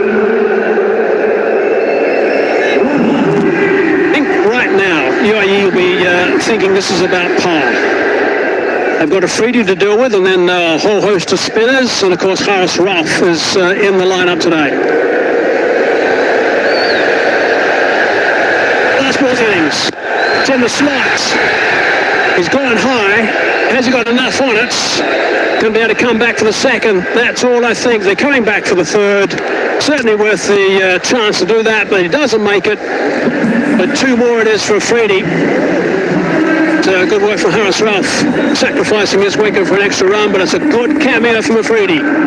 Very important cameo for Shaheen Afridi. 29 of just 14. Pakistan 146. They've got runs on the board. And now, when should they come out, get some early wickets and put pressure on UAE. Shaheen Afridi, the last ball, got a couple of runs. Very important innings for him and of course for his team. It's a pretty tidy throw. Certainly good enough to get back to the stumps to stop that extra run. This is going to be a fascinating game, I think. Thomas Ralph, the parts. 146 for 9.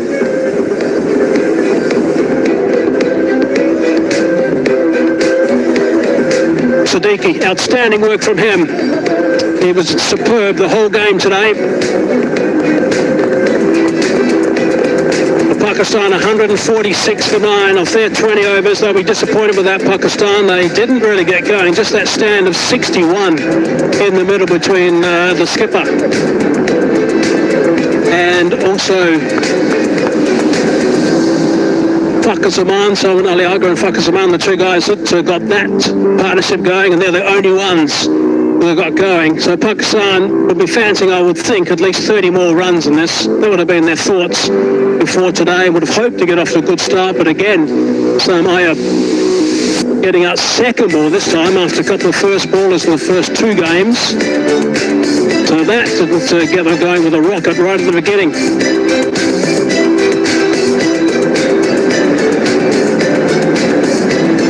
So this is going to be an interesting game. It's such an important game, of course. The winner of this continues and goes through. The losers go home. So that's how important this is. Fahan only 5. Ayub again failing. Didn't get off the mark again. Fakhar Zaman played nicely. Played really well, actually, for his 50 off 36. Was there nice and early. Salman Ali Agha was happy to play the back seat role at some stage, but he was certainly valuable in that stand of 61. So now as LBW, this is when Simranjit got into the game, picked up his 3 wickets. Kristal Shah, also a victim of Simranjit's, really bowled a nice little spell right in the middle of a really crucial time. Mohammad Harris didn't get going. Mohammad Nawaz just the 4 runs and a freebie. 29 off 14 has provided a little bit of hope, and in the end 146 for 9. Let's have a look at Fakhar Zaman. We know that he's got an area which he likes a lot, and that's it. A couple of shots on that leg side. He's nice and strong going down the ground. This is an important over. He got 14 runs off 1 over, which set him on the right road, but really strong with a couple of his blows. It really was a fine knock, and he was distraught when he got out after going to that 50 off 36 deliveries. There's a look at his strong points, so there's no surprise at all that 27 on the leg side area, 27% of the runs there, and also 30% a little bit straighter as well. But he's a fine cricketer, and Pakistan needed him today because they didn't get help from basically anyone else. Junaid Siddiqui, 4 for 23 in the last game, batted today, 4 for 18. Rohit got a little attack on that last over, going for 18 runs, ended up with none for 36, 1 for 33 for the 20-year-old Dhruv Parasha, and Haider Ali was canny with that number 28, but 3 for 26 for Simranjit Singh was outstanding, going at only 6.5. So Siddiqui and Singh were the prime bowlers for UAE. I know, match number 10 it is. Such an important game. The winner stays alive. Up for a big game, of course. The next one here at this venue on Sunday against India. And this is the story at the moment. 147 runs required. 20 overs they've got. And I think this is going to be absolutely fascinating to watch. The second half of match number 10.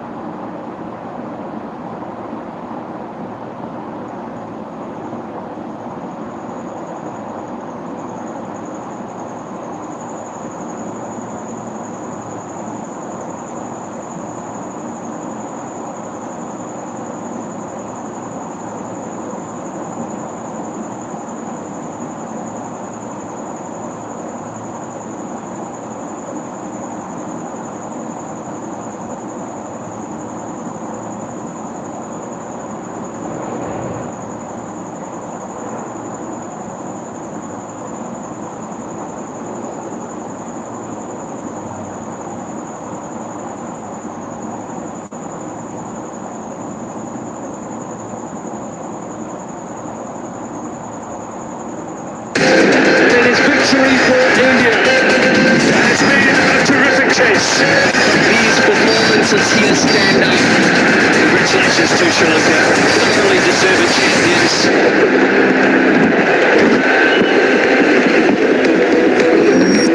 Welcome back. We are halfway through match number 10. It's an important game, this one. Pakistan versus UAE. Of course, the winner continues. The loser packs up and goes home. It is Group A, and we're coming to you live from Dubai, this magnificent stadium in Dubai. It really is a beautiful stadium. UAE have been terrific so far. They'll be pleased the way things have gone.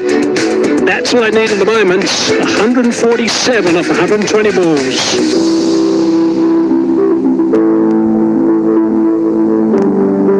So we're all set for what should be a terrific second half of this game. We've got a couple of opening batsmen of the United Arab Emirates who have been fine players over the years. One is the captain, Mohammad Wasim, and Alishan Sharifu is the other one. This captain's got some work to do. He'll be disappointed with the fact that his team only got that total of 146, courtesy of a little cameo from Shaheen Afridi, who's have to be outstanding with the ball. But this is going to be a really good second half of this game, and you're not going to go too far because there's been plenty of action so far in the proceedings in match 10.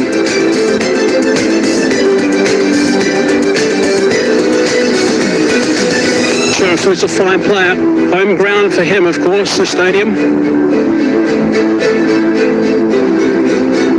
And Mohammad Wasim has scored a lot of runs for UAE in T20 internationals. He knocked over 3,000 T20 international runs in the last game. So he's vastly experienced. So these are the two guys they're going to hang their hat on, certainly, at the start. There he is, Sharifu. Look at his numbers. Averaging 31, 1,300, strike rate of 133. But check out Wasim. His numbers are amazing. For an opening batsman, T20 international career, over 3,000 runs, strike rate of 154 and an average of 38. Brilliant, absolutely brilliant. However, he's up against this guy. Bakar, what are your thoughts?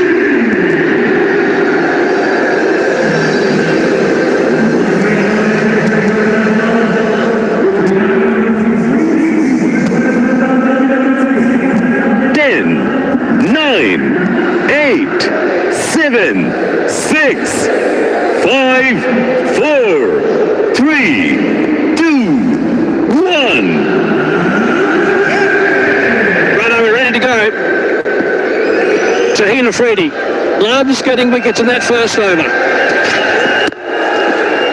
That's a nice drive on the up. It's got that away, only 2 allowed outside the circle in the power play, and that's 4 runs straight away. Well, that's called a positive intent. Very first delivery, just a little bit of room for Sharifu to play it through the cover.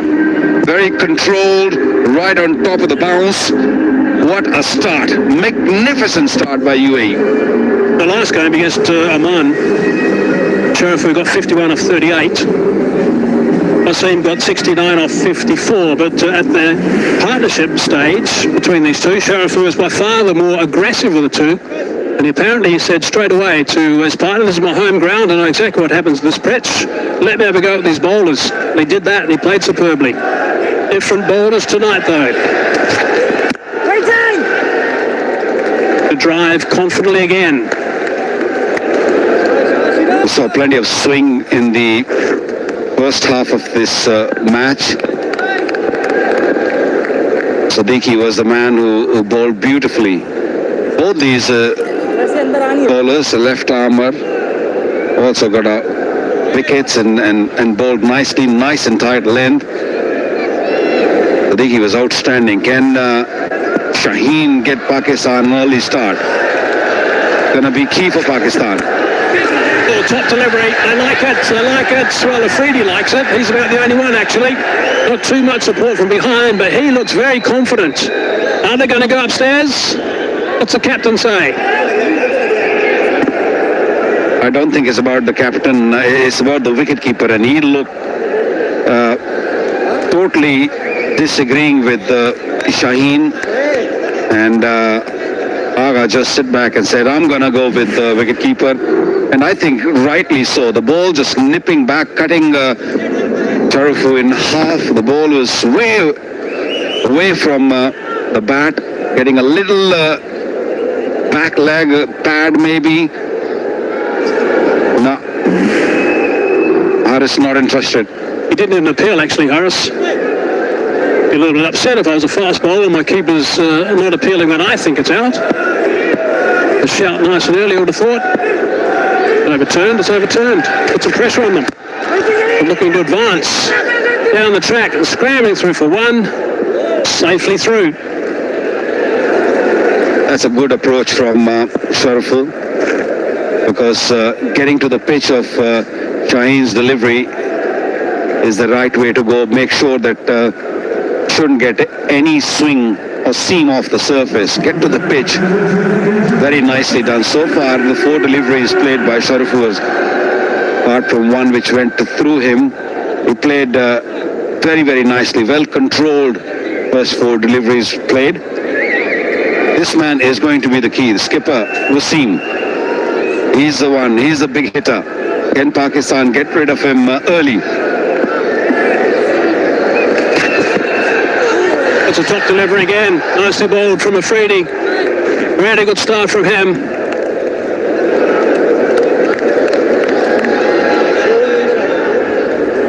He's been very conservative, Shaheen, rolling his fingers over the ball. The ball's still seaming. He's not really looking to give any pace up front. He bowled one delivery which was over 140, but the rest are just hovering around 125. They would know the reputation of Afridi in the first over. Everyone does these days. One ball left in his first over. It's a full toss. He gets that away. Just a single to retain the strike. 6 for none.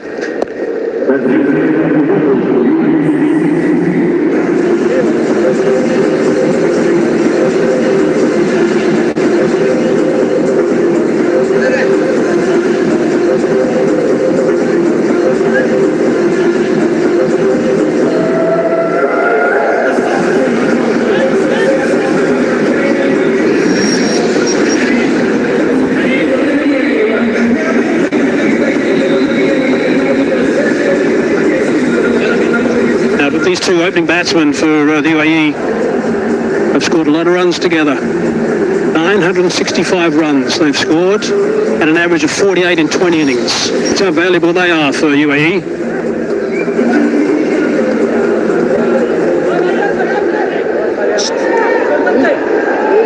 Change in strategy from Pakistan, coming with the left arm spin. Mohammad Nawaz with the new ball.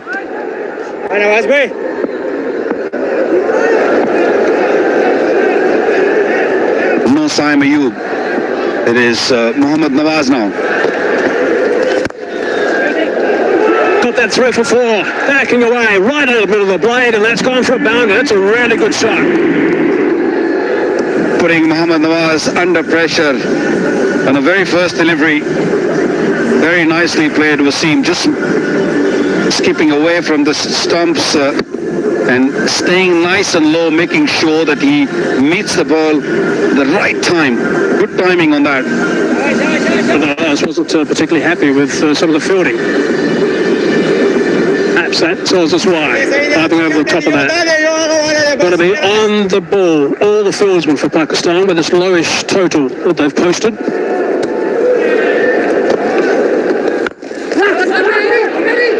Pretty much a standard left-arm orthodox spinner, Mohammad Nawaz. Doesn't do anything particularly different. Sharafu's on strike now. He's got a cyber security degree, so he won't have too many problems decoding Mohammad Nawaz. Well, the way he played the first over, he looked in control, so shouldn't have much of an issue against Mohammad Nawaz. Got a good base. He's very balanced.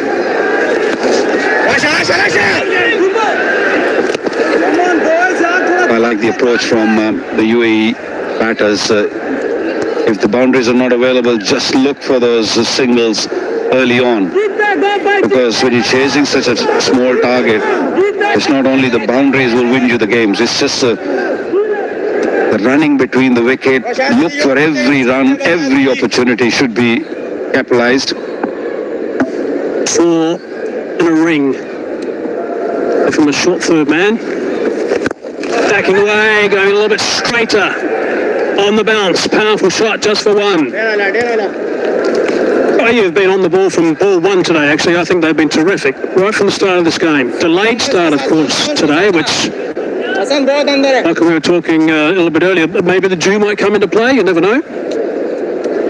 Yeah, I'm not sure. We haven't seen a dew yet, but because of the late start, we might be getting into sort of 11 o'clock time, and you never know.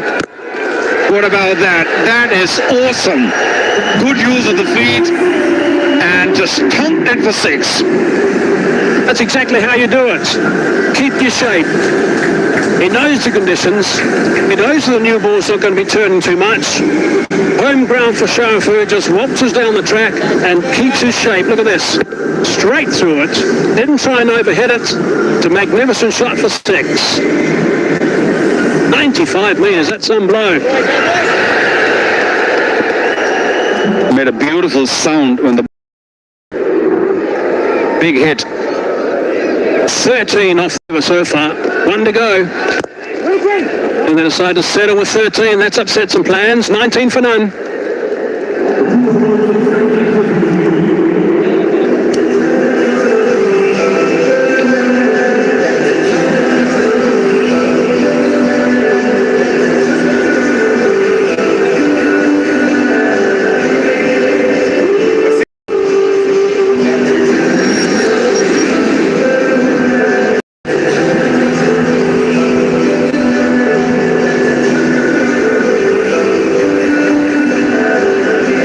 Start from the United Arab Emirates. Need to go. 9.5 from the start. Correction, no, 7.11 from this stage per over. 7.11 per over is not going to be overstretching unless they lose wickets. It's the biggest game of the year for the UAE today. It's a big game, of course, in the context of the Asia Cup. That was a magnificent shot. Look at the feet, the way he just shimmied down the pitch and just stayed nice and low and just bringing his bottom hand into play the last second. The guys in the dugout loved it. The lazy 6 wickets for those 2 blokes. Smiling and watching.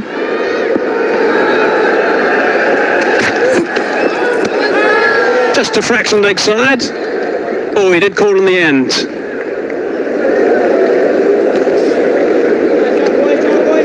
Pakistan, to win this game, they have to keep picking out wickets.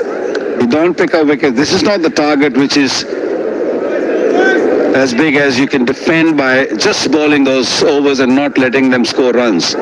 It's a pitch where you can play your big shots. We have seen it in the first 2 overs.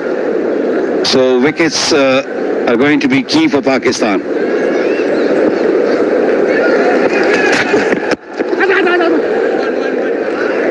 Round down and made it into a Yorker. Had to dig it out at the last minute. Sharafu's been in the runs. Look at the work he did against the 51 off 38 deliveries. Really played beautifully, and he took control at the start. Mohammad Wasim is normally the big aggressor for UAE with the career stakes. Today, against Oman, it was this man. Sharafu decided to take him on and played superbly. He favors the offside, isn't he? He likes to go through the cover region, cover point region like that. Oh, bowling! I think he got a little inside edge and the ball just dragged back onto the off stump. First blood for Pakistan. Yeah, it's a bit of a bonus wicket for Pakistan. That one was the widest delivery. Scoreboard's not going to say that, it's going to say bowled, and that's important at this stage to break this opening stand. They are so important for UAE. It's dragged back some way, but knocks that off pole out of the ground. Disappointment for Sharafu. He starts his trek back to the pavilion. Afridi in his second over. He strikes and breaks a stand that's done so well over the years. Sharafu goes for a dozen, 21 for 1.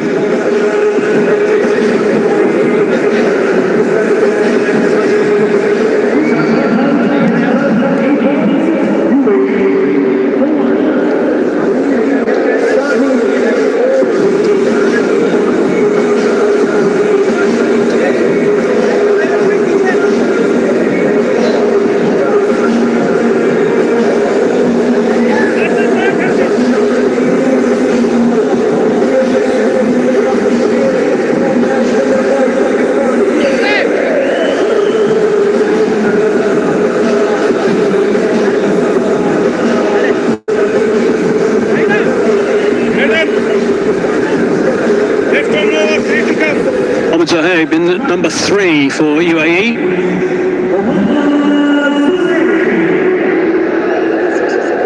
Words of advice from Mohammad Wazim as he walked past him. You're going to let him know there's not a great deal of swing around the place from Shaheen Afridi. Just got to make sure you treat Afridi with respect. He's got 3 balls left, presumably in what will be his initial spell. Picked up his first wicket. It's nice and straight, worked away with confidence on the leg side. Going to double up.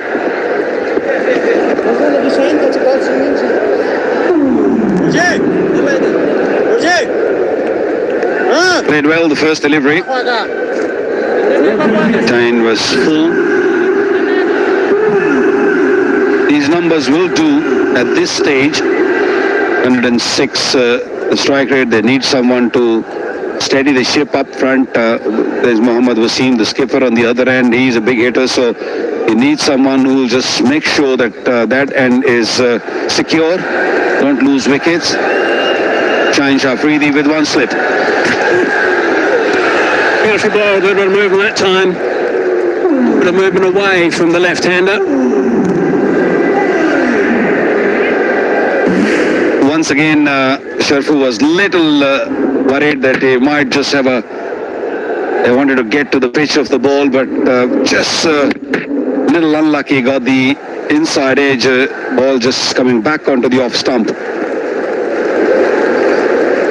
Good start from Shaheen and Pakistan.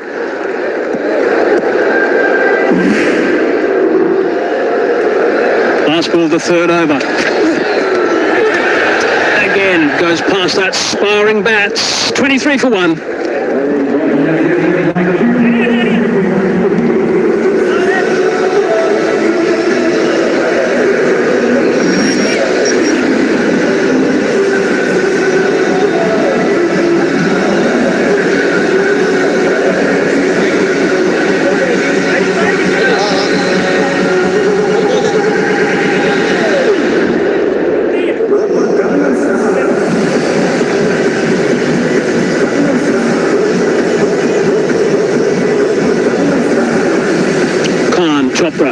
They're the next 3 to come in for United Arab Emirates. The 20-year-old spinner, Rashar, is listed at that stage. We'll have to wait and see what they do with that batting order. Of course, the batting orders can be quite flexible in T20 international games. One stat that's very much in UAE's favour for today: 19 games have been played at this venue. 74% have been won batting second. Ralph will want to have something to say about that. Didn't play in the first couple of games. Unleashed today.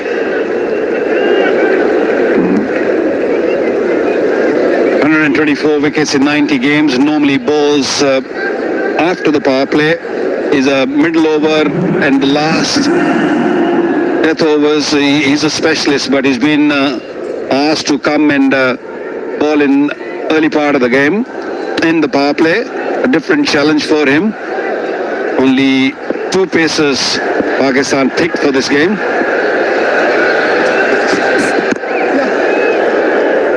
You're bowling a yard quicker than the others, so it's a different game now when you're facing Horace Ralph. But Wasim has got a bit of a different role to play now to make sure that he bats for a long time. Plan in the previous game, by the way, was that once Shariful got out, or UAE, was up to Mohammed Wasim to make sure he batted all the way through the overs. So that, I think, will be pretty much the call again for him with his experience.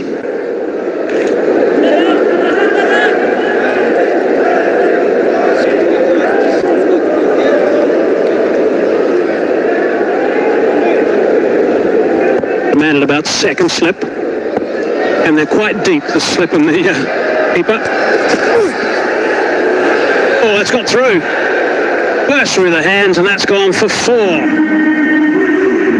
5 bonus to the UAE. Pakistan cannot afford to just give the freebies or easy runs. Trying to bowl too quickly, ball went wide and then kept on swinging. Haris just tried his best, but just went under his hand. That is painful.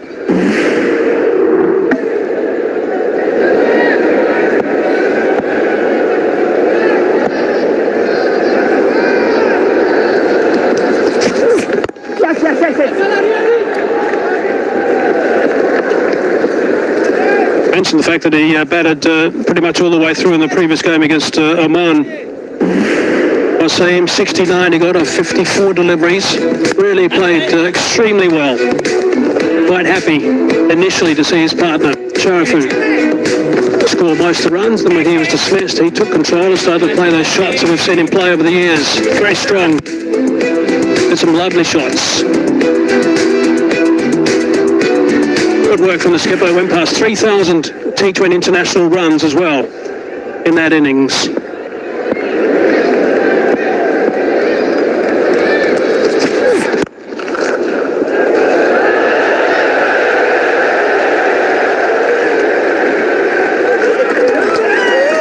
Wasim normally takes the charge up front, a big hitter of the cricket ball. Since he's become captain, he's just changed his game. I guess a bit more experience, understands the game really well. He takes his time now, which is, I think, it's a good ploy, because him staying at the crease will always be a scare for Pakistan. A slower ball that time from Horace Ralph, adjusting the last minute as he looked to advance. Get that through that cover region. Strike rate 152 something, 154 for Mohammed Wasim. It's just remarkable throughout his career. And he plays in that fashion. He takes the bowlers up front and he takes them on.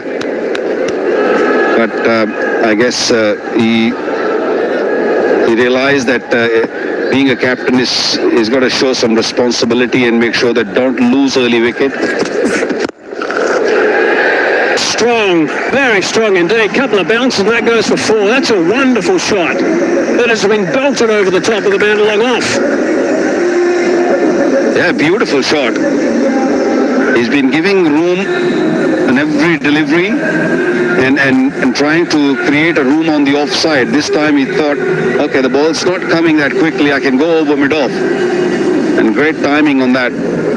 Towels are out, so I have a feeling there might be a little bit of dew. Or could be a sweat. We'll find out soon. 11 off 5 balls in his first over. Tries to tuck him up a little bit more. Does so in just the 1. 35 for 1. That's it.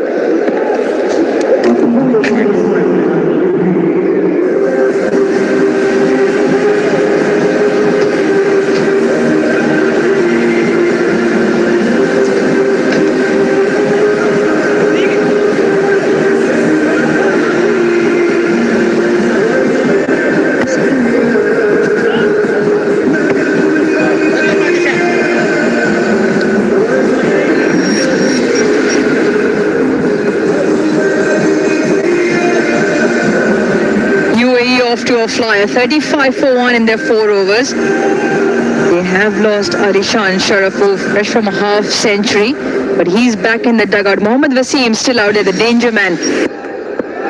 Required rate 7. They are ahead of this at the moment. Abrar, a change of bowling. Interesting change of tactics. Wasim in terms of batting changes as well in the order and even in bowling. Yeah, you've got 3 wickets in the previous game, 2 before that, and he hasn't even bowled yet. And we are defending, Pakistan is defending a low total. Abrar was very good. He was very economical. But come back to your point, Saim, excellent with those carom balls against the right-handers. Got a beauty against Shubman Gill. One again, Jitendra Singh versus Oman, and his numbers: 2 in the first game, 3 wickets in the next game. And yet we didn't see him with the new ball. I thought when Nawaz got the second over, I thought instead of him, they probably would have given the ball to Sam Ayub, who is in good nick. Obviously playing as a batter, but he can give you 2-3 overs. Slow one just floated outside. What a take! Oh, that is absolutely stunning from Mohammad Nawaz. An important wicket of the opposition skipper. Wasim has to go. Probably a game-changing wicket. A stunning catch. A blinder by Mohammad Nawaz, and that too of a main batter, Mohammad Wasim, the UAE skipper. A carom ball, bit of turn, didn't middle it, and look at that catch. Tremendous effort, kept his eyes on the ball. Important wicket for Pakistan, back in the game. Abrar got his first wicket.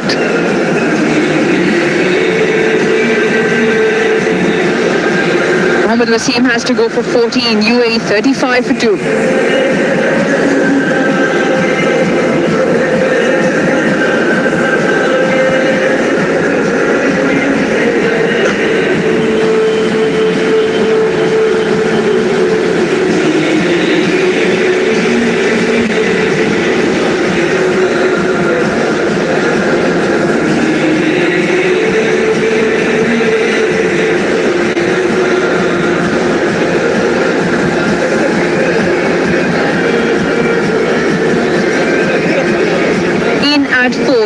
Chopra, just as a skipper, who had taken a bit of a start. The attack was on in the power play against the Pakistan bowlers. Mohammad Nawaz pulls out an absolute blinder.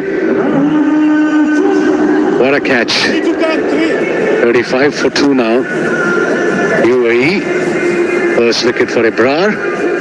Slip in place now. Attacking field set. The Pakistani captain, Midon is up in the circle, 2 fielders outside the circle. Mid-off and square leg on the boundary. Roar straight up, in amongst the wickets and bowling with a slip.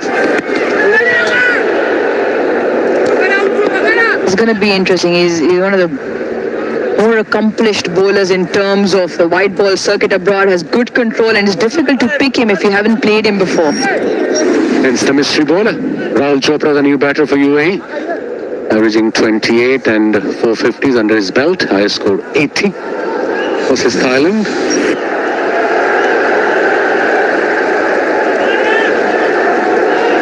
The left-hander, big boundary into the leg side for him.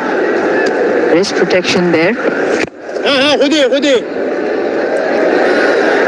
Abrar also, I feel, has improved in leaps and bounds in the sense of the control over the length and his variations of pace, along with the mystery that he adds. Got this confidence back that he belongs at this level. Absolutely. What a talent.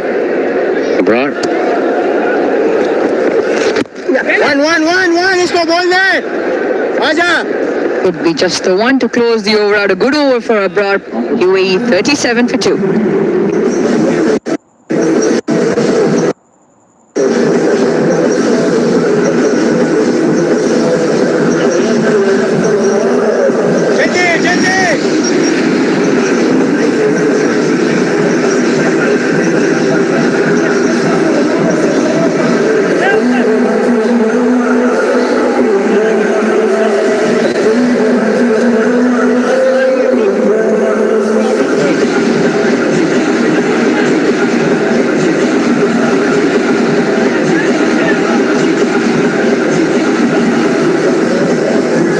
Mohammad Zohaib and Rahul Chopra out there in the middle with 1 over left in the power play.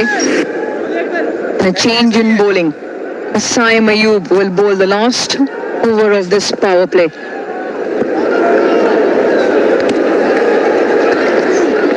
Well bowled.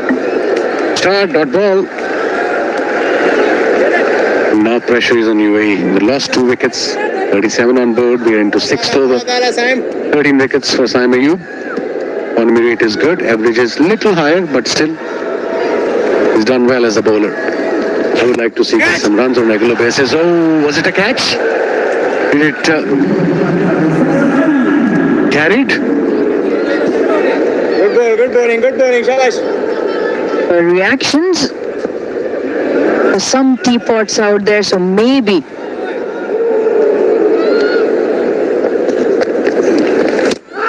he's bowled them. Pakistan have the upper hand. Guess who? Saim Ayub strikes. Sigma boy gets the wicket. Tenzi striker one, the quicker one. What a delivery.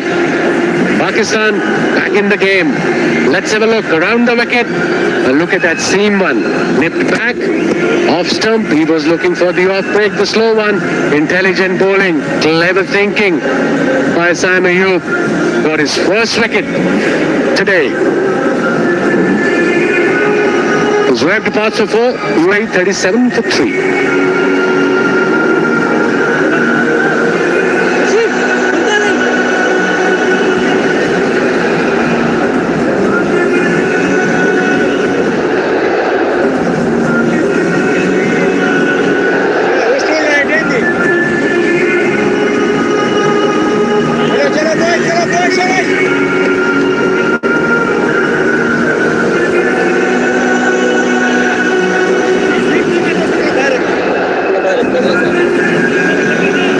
Much earlier than he would have liked. In at 5, Dhruv. Rasher.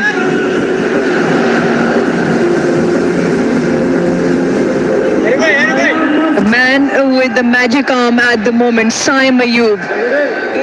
Seems to impact the game the minute he comes on with the ball. And it was the first time he's actually showed a lot of emotion after picking up a wicket. The 6th wicket in this DP World Asia Cup, Saim Ayub's. Now run. And more importantly, Wasim, on both occasions previous to this game, he's picked up both openers when he's opened with the ball. Shabash. High score 18. No run. Good delivery on a dot ball. Brilliant over so far. Wicket and no run yet. 1 ball to go. Straight on the head of the umpire. What a throw. Bullseye. One job by the fielders not to hit the umpire. This was 37 for 3 UAE.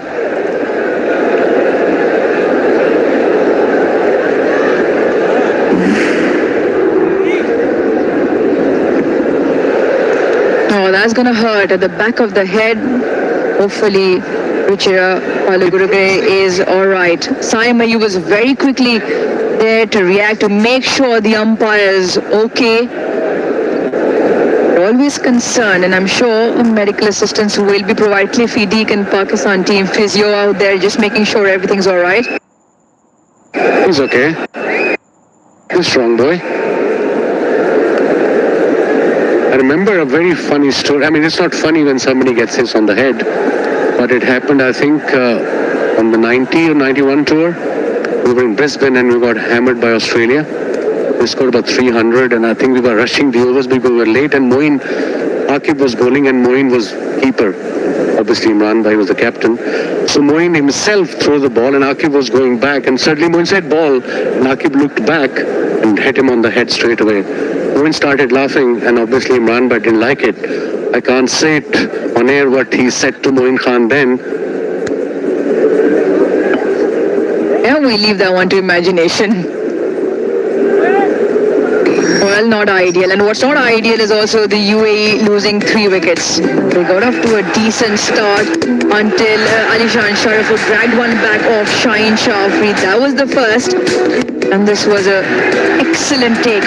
Stunning in the field. Mohammad Nawaz, he holds out. Mohammad Wasim in this one. Quick. And it's cannons into the stumps.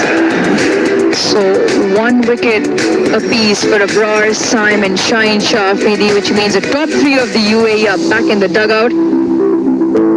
Rahul Chopra, Dhruv Parashar have their work cut out, still requiring 7.7 runs in over.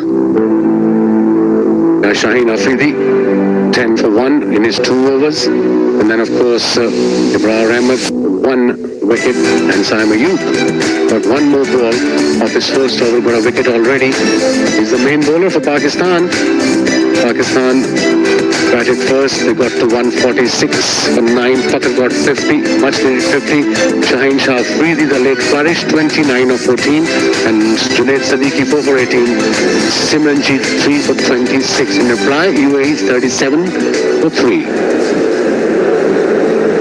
Well, the umpire, Ruchira Paluguruge, is going to go off. You've just joined us. He took a blow on the head, one of the throws that has hit him on the back of the head. Medical assistance was provided on the field, but it was always good to take necessary precaution if need be. Now, SOP of this day and age, doesn't matter if you're wearing a helmet or not, if you get in your head, they will have the full checkup, and rightly so.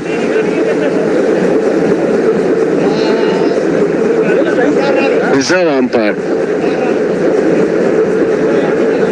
Ghazi Suhail from Bangladesh, the reserve umpire, will officiate now. Unfortunate incidents.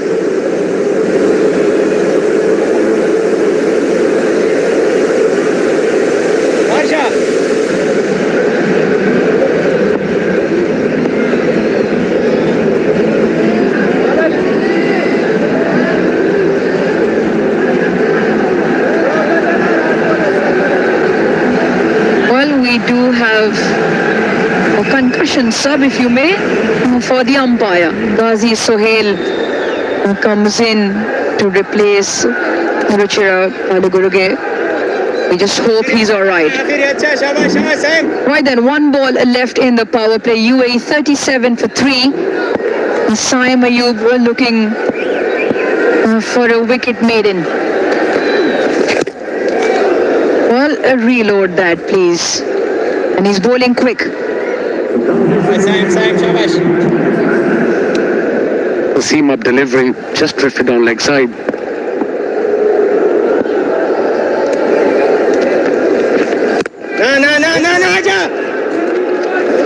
Excellent start from Saim Ayub. A good close to the power play. UAE 38 for 3.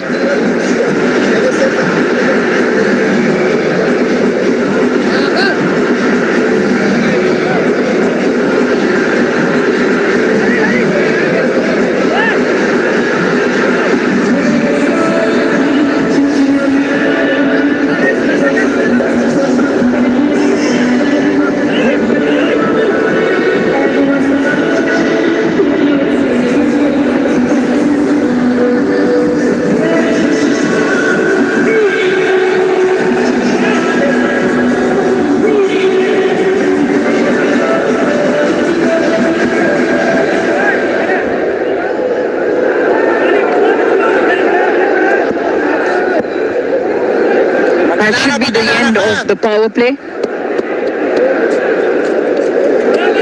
And Pakistan will be very happy with the way the first 6 overs have panned out. They won the power play by 1 run. Pakistan. Change of bowling now. Instead of Abrar, Nawaz will take the ball.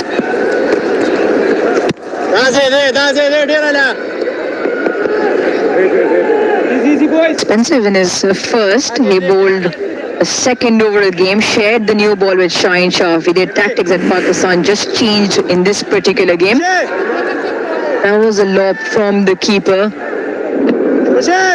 Ooh, must have hurt. No matter how gently it's A single shot. thrown back at you. A single shot. Nice from Mohammad Haris to come up and just apologizing. Shabash, shabash, shabash, boys. Accident. Unfortunate.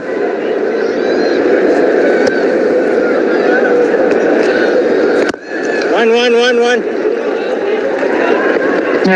UAE have always banked on their two openers, Alishan Sharafu and Mohammad Wasim, who score bulk of the score, about 42% between the two, and this was an important wicket. Very crucial wicket, and look at that catch. I think this is the catch of the tournament for me so far. Mohammad Nawaz, and he knows the importance of that particular wicket of Mohammad Wasim, who's in very good nick. And yeah, he's got 50 in the previous game. He was in good nick. Change of field, mid wicket in the circle goes to short fine. Yeah, excellent catch. Importantly, running back, so over your head, but also when he fell, he kept hold of the ball. Very often when your elbows hit the ground, the ball can pop. Not easy, those catches. Absolutely not. He made it look really easy. Beautifully bowled, good flighted delivery, slowed his pace, 86 kilometers an hour. This is a subtle variation that makes batsmen in two minds at times.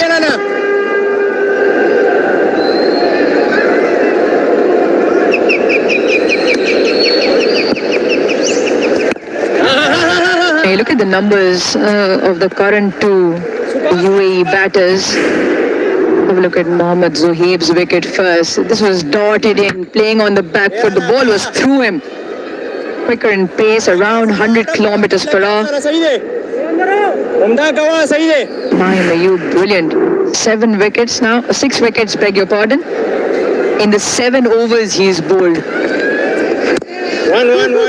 Picked up a wicket in 6 of those 7.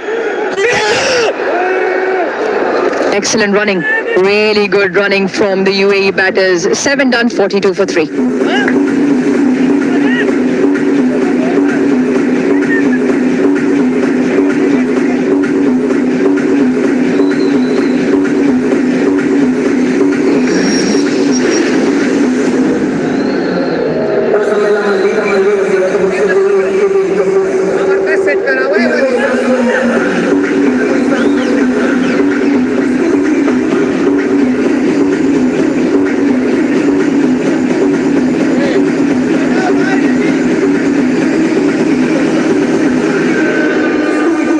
United Arab Emirates required 105 from 78. That is the equation that Mohammad Wasim will hope that Dhruv, Parashar and Rahul Chopra can get a partnership to get them there. UAE partnership is so important. We lost 3 wickets. We're into 8th over now. Ayub got a wicket in his first over. Carrying ball, didn't turn, didn't grip, but yeah, was middle stump, call is for 2. Oh, good running, absolutely. 2 runs.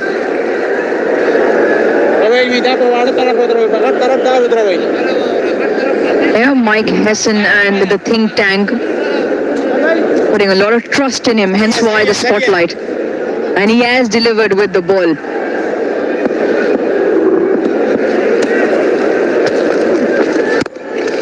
Now I was talking about the middle order and the number of runs, and hence why you will be slightly under pressure. The last 5 innings from Chopra, not 3-7, not, and 52 in the Tri-Nations versus Afghanistan. Dhruv, on the other hand, 1-1-18, 1 in 15. So, yes, the pressure would be on them. Absolutely, and they're batting against one of the top mystery spinners in world cricket. Very nicely bowled, slightly slower pace, a carom ball. That's why it gripped. You bowl quicker, it won't grip. Let's have a look. Around the wicket, straight delivery. This was probably the off break. And then that was that quicker one. And look at the speeds there. 100 Ks. He's talking about normally the first 2 games he's bowled with the new ball. Every time he's taken the wicket, it's almost a casual walk to the team. This time, a lot of emotion coming through. Nicely bowled. He's gaining confidence every time he comes out as a bowler now. So far in this DP World Asia Cup, I mean, like I said, he's got 6 wickets already, and he should be bowling regularly now for Pakistan in this format or in one-day cricket. Full and straight, keeping the stumps, not allowing Chopra to get under the ball.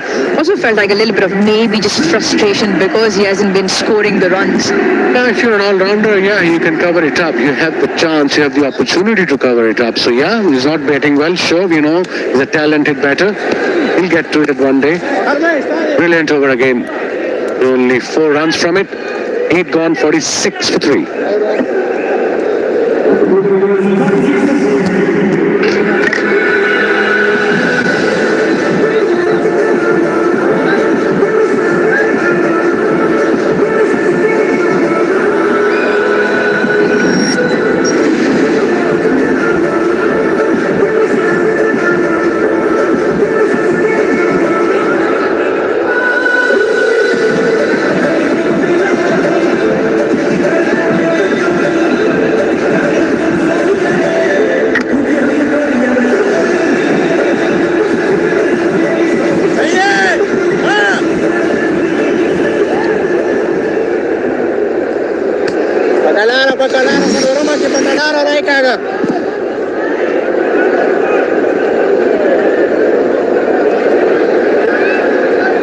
With emerging teams like UAE,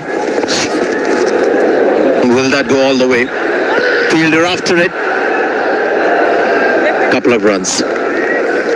Yeah, with emerging teams like Oman or UAE for that matter, very rarely will they have 6 or 7 top-class batters. They rely on a couple of heavyweights with the bat. And Pakistan should be relieved and at the moment a little relaxed that their 2 big guns, UAE's big guns, are back in the pavilion. And I'm talking about Mohammad Wasim and Alishan Sharafu. Their 2 major run getters are back in the pavilion. 1-1, good bowling.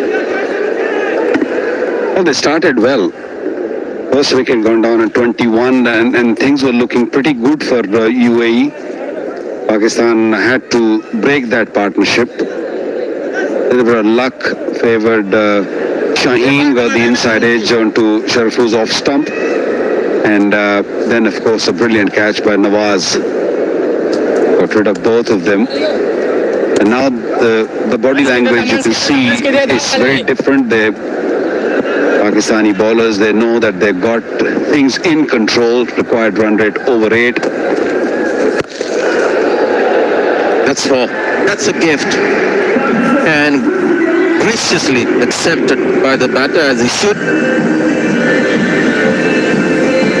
Yeah, poor delivery from Nawaz. Yeah, he could have hit it anywhere, but picked the right spot, picked the right gap, made sure that he hit it right in the gap. He wanted to give a little bit more flight. I think totally missed it. Maybe the ball just slipping out of his hand. What a gift for UAE. We're seeing heavy dew today. Just looking at how the bowler constantly going for that towel and wiping the ball. And if this continues, it might be a major factor going forward in this tournament. And 2 strong teams are playing. The record, of course, is lopsided here in Dubai. Chasing teams have generally won. You can see the atmosphere out there with UAE is palpable, the difference, because the first 4 overs, they got 35 for 1. The next 4 overs, 11 runs. 11 runs for 2 wickets. So the scenario is completely changed for UAE.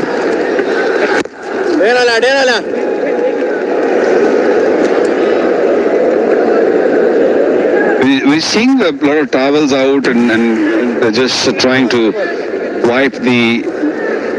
That is the reason why the ball's getting damp, because as he pushes the ball, you can see the splash of water coming off his shirt. now explain to me, was that water coming off the ball from the seam, or was it from the hand? Because it's extremely humid as well. You can see the sweat is dripping from his face as well. So we can say that it's quite sapping out there for everyone involved. 56 for 3.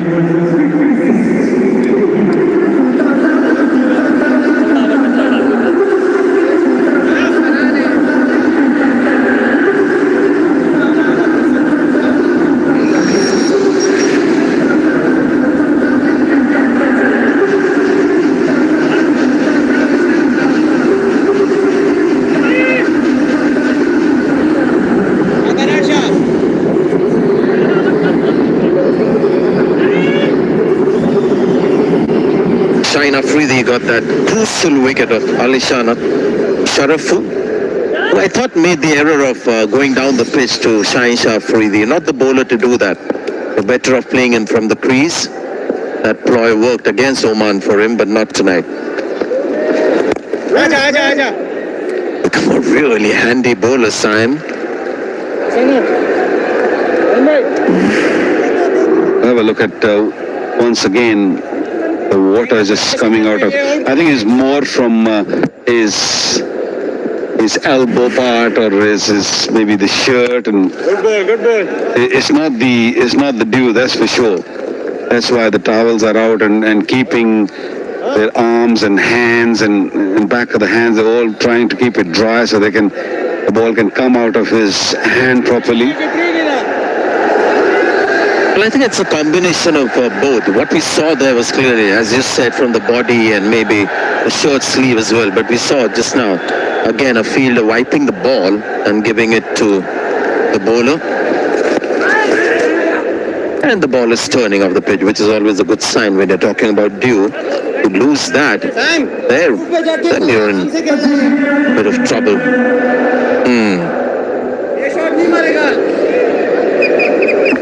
It is very humid out there.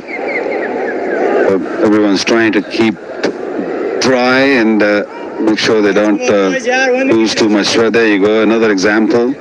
Drink a lot of water, fluid. They hydrate. That's the key when you come to cricket. Yeah, the hottest or the most humid that I've felt on a cricket field, I remember once playing in peak summer, and it was a very humid place in South India, where every time I put the foot down, because there was so much sweat in the socks, the sweat would come out from the shoes. So it was like as if I was walking, wearing shoes that had a bit of, like in the rain, water seeps into your footwear. It was that kind of a feeling. So that is the hottest day I remember in the field as a player. Today is quite tough. Well, Sanjay, our days, those shoes were not waterproof, remember? And the leather was used to soak and get heavy. But modern days, such a good shoes nowadays, so they all make sure they all keep nice and dry. 10 gone, 61 for 3, and it's time for drinks.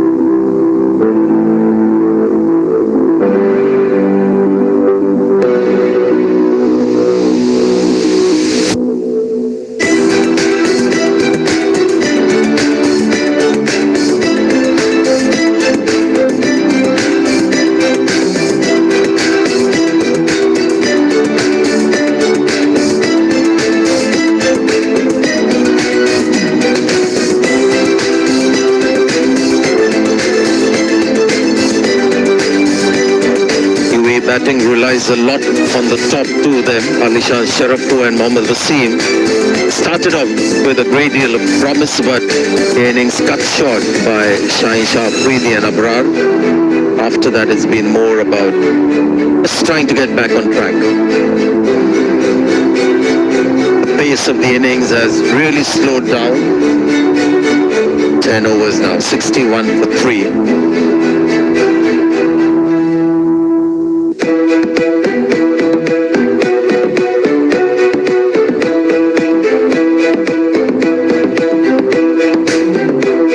An opportunity when the senior players are gone for the youngsters to come in, and when you're at this stage of your career, it's almost like you don't feel the pressure of it. It's a nothing to lose situation. Yeah, this was that wicket of Alishan Sharafu. Came down the page in the end, was just throwing his bat at that ball. Maybe deliberately bowled wide outside off, a great catch. Yeah, that was a quicker delivery, seam up delivery, ball hitting the seam and then just nipping back nicely for Saim Ayub. Saim Ayub, although didn't get many runs, the struggles, it's been a real struggle for him in this Asia Cup, but has picked up 6 wickets for Pakistan. Afridi picked up one for Abrar, and Saim Ayub picking out 1. Still very much on this game, 86 required of 60 when you look at the numbers, but can UAE hold their nerves and win their biggest game in this tournament? It's a knockout stage, very much gettable. This partnership 24 or 28, they have taken their time. Can they just make sure that they finish this game? They have to deal with Abrar, they have to deal with Rauf, who is expensive in his first over. Saim Ayub has bowled 3 overs, 1 for 10. Shaheen still to bowl 2. Mohammad Nawaz has bowled 3. So there's plenty of experience in there. I guess at this stage you can say there's a little more for the spinners than fast bowlers for some reason. Both Pakistan and even UAE struggling to get or score freely against the spinners. Have to see Dhruv Parashar and Rahul Chopra, what they possess now, whether they have the ability. You just mentioned big game for them, biggest game of their lives, because they're in with a shot, with a chance of beating Pakistan and making it through to the next round. And such is the nature of T20 cricket that it can just in minutes go either way. In a matter of 15-20 minutes, you could either get into a slightly more winning position or completely be out of the game. But Sanjay, I don't think this pitch is very hard to bat on. Yes, there was a little bit of bounce early on up front with the new ball. Maybe inside edge. I have a feeling that he got an inside edge. No, not interested, Agas. So I feel that when you lose early wickets, playing a false shot or playing across the line, you put your other friends or partners down the order coming. Because it's a knockout stage, you're very watchful, very careful. And that in that care, you lose more wickets because the pressure starts building on you.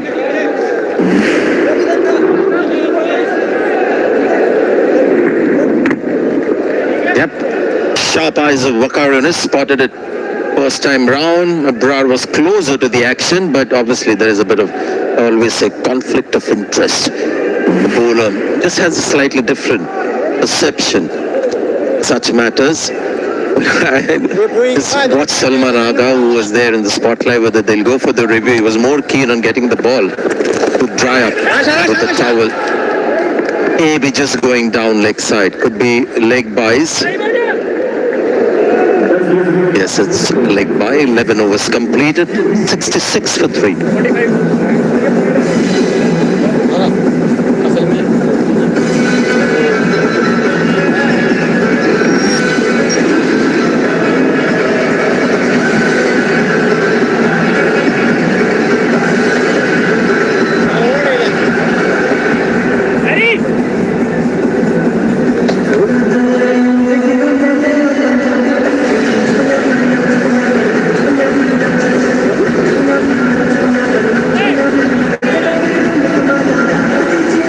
inevitable when you lose wickets. You can see those two dots there on the yellow or maybe chrome yellow is the exact shade of that color. The moment that happens, run rate has dipped.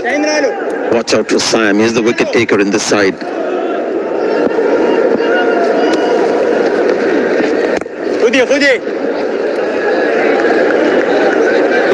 Dot ball means the run rate is going to creep up very, very quickly now. Because once you get into the second half of the inning, run rate goes up very, very quickly.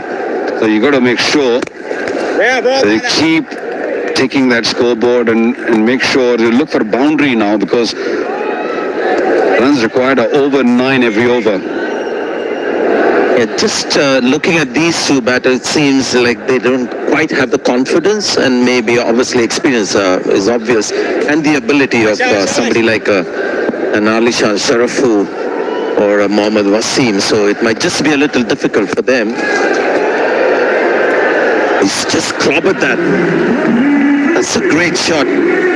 Flat batted that over extra cover. That should give him some confidence now. Yeah, moving away from the stumps has given him a little bit of room to free his arms and in a real good position to play that shot. It was a delivery which was supposed to go away from the right-hander, but to control the shot and knew exactly what was coming at him. And played well, but the dot ball. You can see immediately the body language changes. You can see his movement is a little more confident. One shot can make a world of a difference. These young players.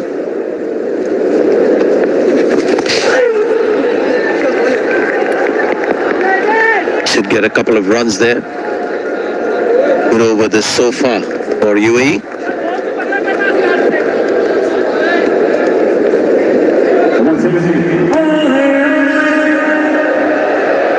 Every over need a boundary.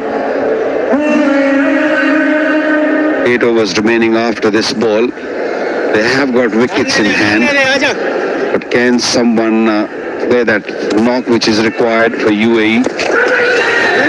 Going down, run out opportunity or overthrow run to end the 12th over. It's 74 for 3.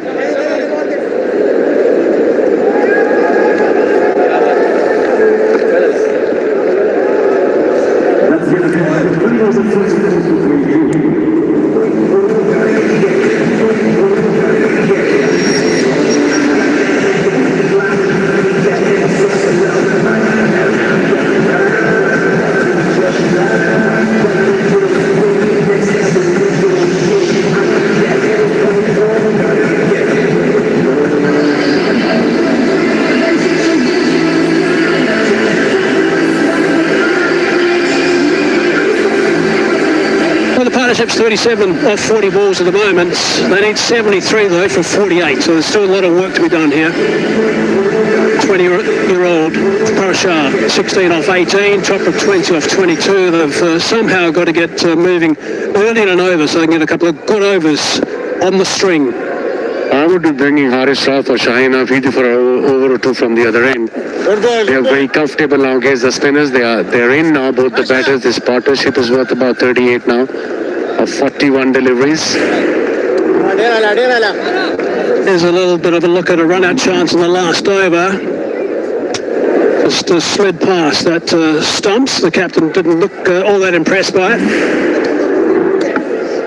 Required of 47. One good innings can change the course of the game here, Desi. It's the name of the game in T20 cricket. One good performance. So far, the good performance has been Afridi, I guess, but with the bat. Sliding leg side. Had better come back just for the one.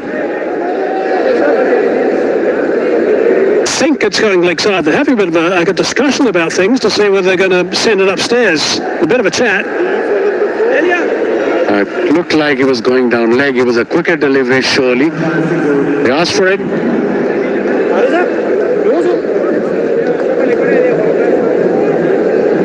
The umpire to Director, we have a play review for LBW. On-field decision is not out. I have checked the feed. It's a fair delivery from Pakistan.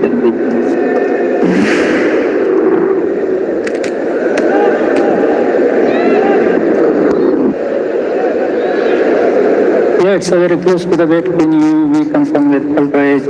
Any bat in all?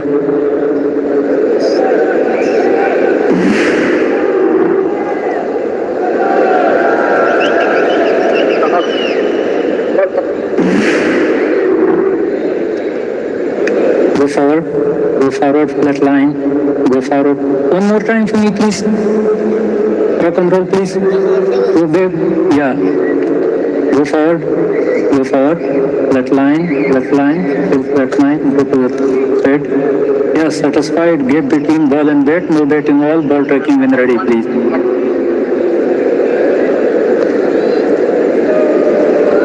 Pitching in line, impact outside. Please stay on your original decision, Captain. Yeah, I didn't think that was ever going to be close. Signal you are on screen. The big sign was Harris was leg side when the ball delivered to collect the ball. So that showed us that ball was going down leg.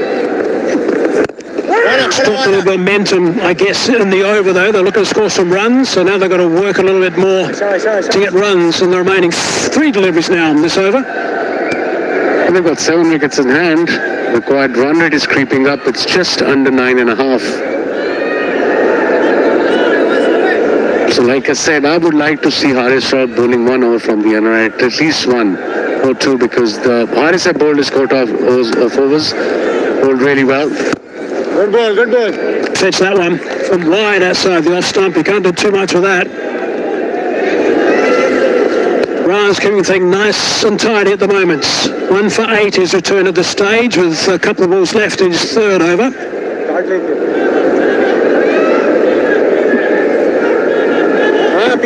Haris bowled only 1 over and conceded 12 runs. Shaheen Afridi bowled 2 overs, 10 for 1.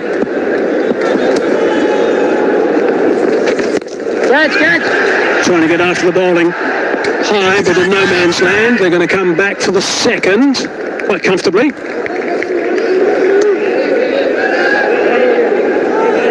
What they're going to have to do, they're going to have to try and get these runs, try and get after this bowling as best they can. They're not going to get too many free hits. Spinners from Pakistan are doing a very good job indeed, but when they do get something they recognise, they need to try and thrash it and get it away for a boundary. So certainly tried to do that, but they still need to go at 9.5 runs and over from here. Good. Easy. 80 for 3.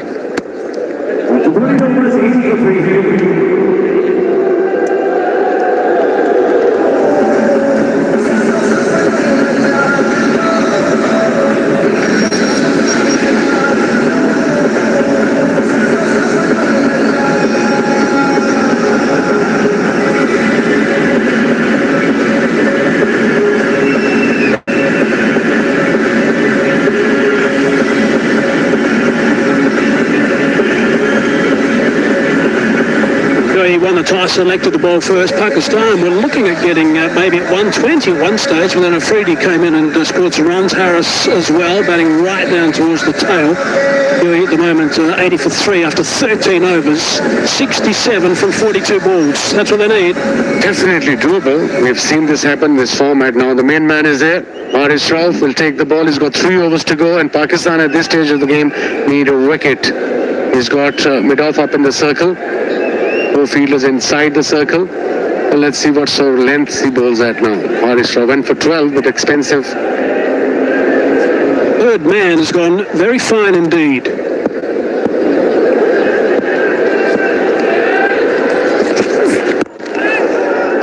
Bustling in. Firing the body, ends at a single on the leg side.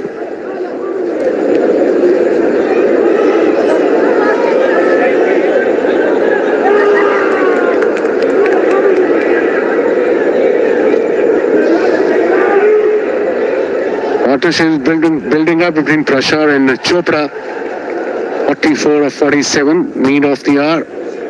They lost early wickets, but they steadied the ship. These two for UAE. Certainly the most experienced out there right now.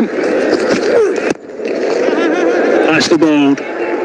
Terrific line and a tidy length as well at some pretty good pace from Haris Rauf. It's full on the Asia Cup. Big game today, of course. This winner of this one continues. The loser goes home. Match 11 tomorrow. That's another big game. Sri Lanka versus Afghanistan. 6:30 local time. Group B, Abu Dhabi. Must win for Afghanistan this game if they want to qualify for Super 4's. Brilliant performance 2 days ago. Bangladesh winning against Afghanistan. It's that time of the tournament. There's a look at Group A with 4 points. Pakistan at the moment just a couple. UAE also on two, locked away on points. And there's Group B, Sri Lanka at the top. Afghanistan with just two at the stage, and Bangladesh on four with Sri Lanka. Short delivery, slightly leg side, and has been penalised. Haris Rauf stopped as he turned around. Look at that.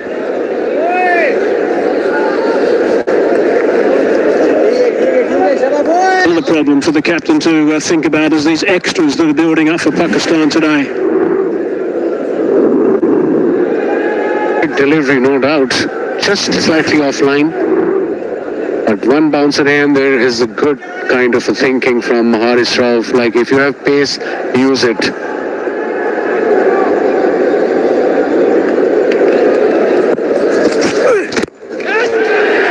Making some room, doesn't get good enough connection. Would have been run out, I think, had there been connection at the bowlers in with the stumps. They're going to double up and pick up an extra one. A couple of dives around the place. Keeper and the batsman. They got 2 runs, good running between these two. They're running hard, they're running for everything.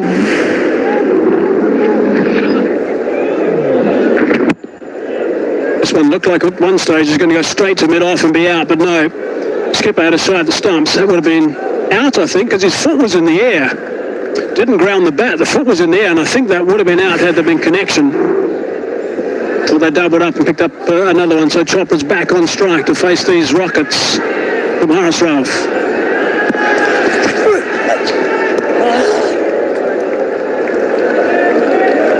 Dot ball from Haris Rauf. Now this will be pressure building up on the Pakistan side. 63 of 38 deliveries. Required run rate is just under 10, creeping up slowly. Couple of good overs and take this required run rate to 12.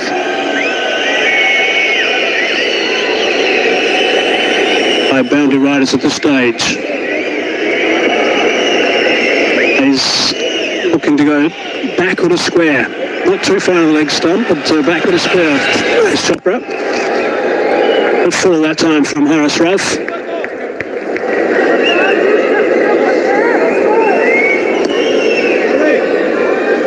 What's happening at the moment is these boundaries have dried up totally, and that's what catapults aside. Ball since last boundary, 14. So they do need a boundary. Required run has just gone over 10. Good sign for Pakistan. They'll be looking at it as well. The last 30 balls, 30 runs as well. And when you've got a required rate of around about the 10 per over mark, that doesn't really cut into it. Every ball, or every over, if you don't get 10 and over, it's more the next one. Slicing away, the youngster might be out. He is out. That's a good catch. Haris Rauf picks up a wicket. He'll be happy with that. In the side today, and he's got himself a wicket when he comes back into the attack. Got the breakthrough for Pakistan. Haris Rauf, the premier bowler. And that too, wicket of Prashad. Let's have a look. Just a length ball, back of a length, didn't middle it. And very good catch at extra cover. Khushal Shah was the fielder there. No mistake, easy catch, got the important wicket for Pakistan. Haris Rauf got his first run in this game. Good innings, 20 of 23 by Dhruv. UAE 85 for 4.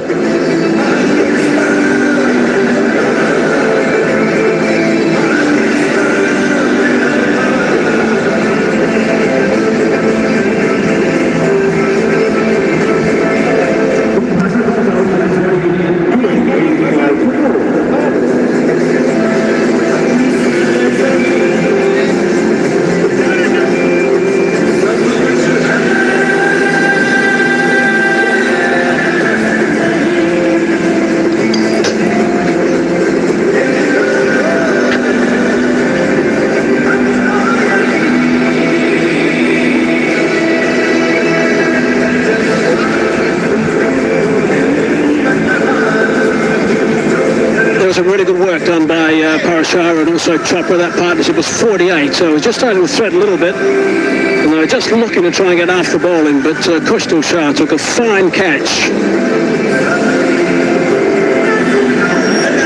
Khan now is in the middle. 56 innings, 1,300 runs, average of 29. Strike rate's tidy as well. Best of 79 against Saudi Arabia. And they need 62 from 36. They've got to go at 10.33 per over. Abrar, 1 for 11 or 3, starting his last over. One. New batter, Asif. He's got 100 against Nepal in one-day cricket on 41 balls. So that's their main hitter, this man, this boy. UAE 61 required now. With 6 wickets in hand, we are into 15th over. Not going to be easy. Abraham has been bowling beautifully. Been really good form of late. Not superbly in the last game as well. He was the only bowler really who didn't get any tap. With real respect by India. But he got some variation. Come on, I think, in leaps and bounds over the last 12 months.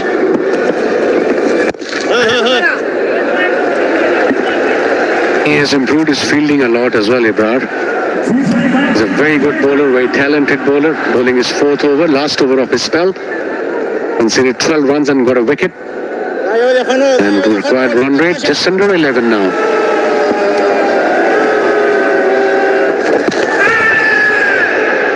Shot from Abrar. Only one is excited though. Sliding leg side.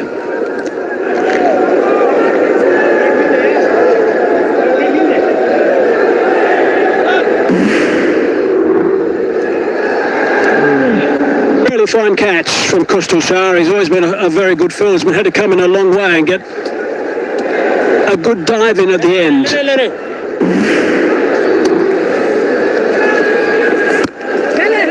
Clever bowling again from Abrar Ahmed. Good cricket by Pakistan. Required run rate is so important, so they'll be keeping an eye on it. UAE players 11 and over now from here onwards. They need a boundary every over if they want to win this game. And he's the man, Asif.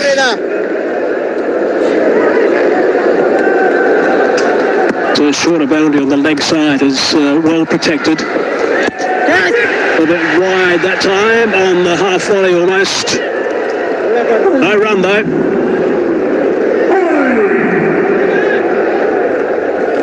Good effort, excellent. Asif was lucky there, beautifully bowled, slow pace, outside off stump, top edge. Just landed in front of the fielder at short third man. Haris Raut was the fielder.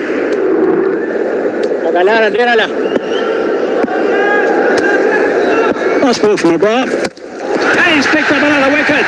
Terrific stuff. Now got his second. He's been superb today. 2 for 13 off his 4 overs. And they've now lost their 5th, the UAE. Another wicket, a quicker delivery. He played across the line. It was a carom ball. And he missed it completely. Rattled the stumps. Got his 2nd wicket. What a spell from him. 4 overs, 2 for 13. Ibrar. And the UAE really have to work hard from here. Asif goes without scoring any run. 88 for 5.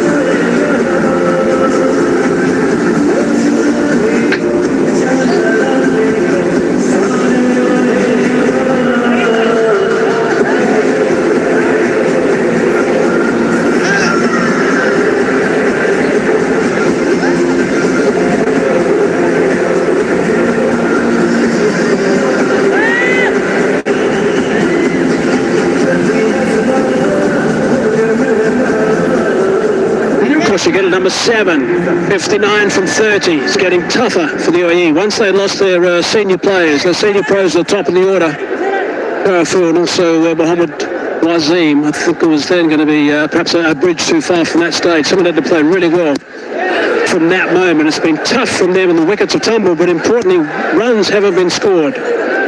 Himself, first over in this DP World Asia Cup from him. Had to reach for that. Has he got enough on it? I think he has. That's a fine shot. That's gone for 6. That's what they need. After 23 deliveries. A boundary after 23 deliveries. That too by Chopra, who's on 33 of 33. Bowled it wide, but he picked it up nicely. 85 maybe. That's a good hit. Big hit.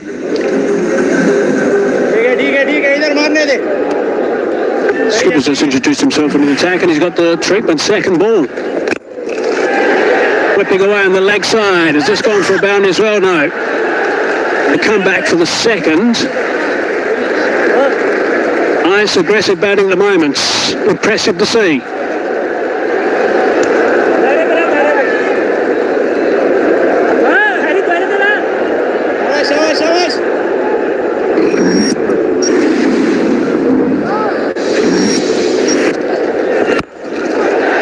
Swiping that on the onside, might be out straight to him. It is.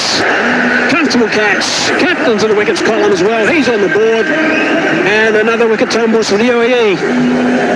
Hassan Nawaz, the fielder, made no mistake. And a wicket for captain. Quicker delivery again. Just middle leg. Longer part of the boundary. Fielder, straight to the fielder. Easy catch. And 6 wicket gone for UAE. Now it's a struggle from here onwards for UAE. 6 wickets down for 96. Chopra played well, 35 of 35. 96 for 6.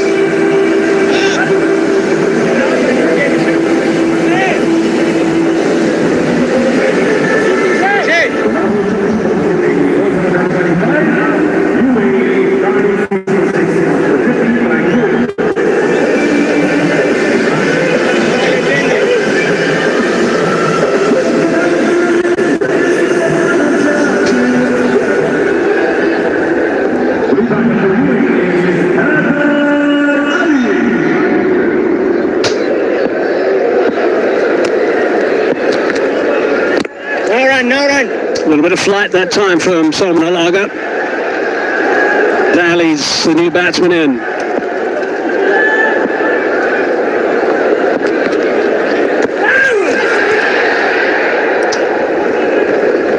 And a single to finish that over. 9 from it, 97 for 6.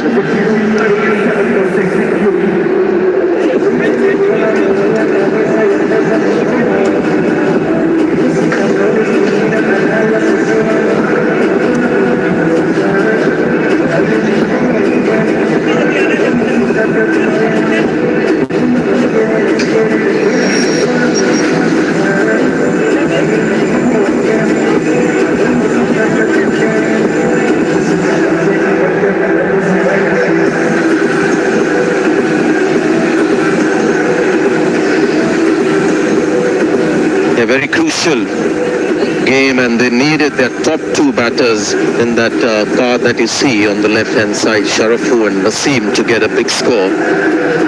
Did really well with the ball, but finding this run chaser a little arduous for UAE. Shaheen Afridi is back, and Waqar and Naseem would be happy with that.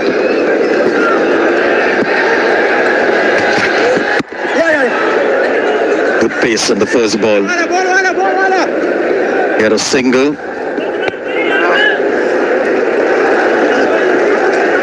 Now Salman Ali Agha and troops will be very happy.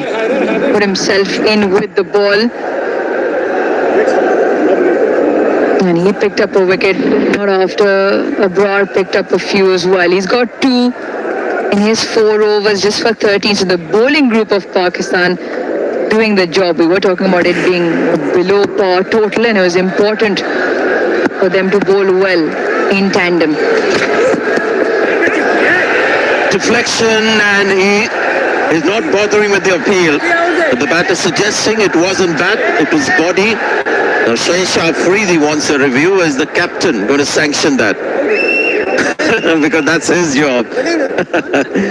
And they've gone upstairs.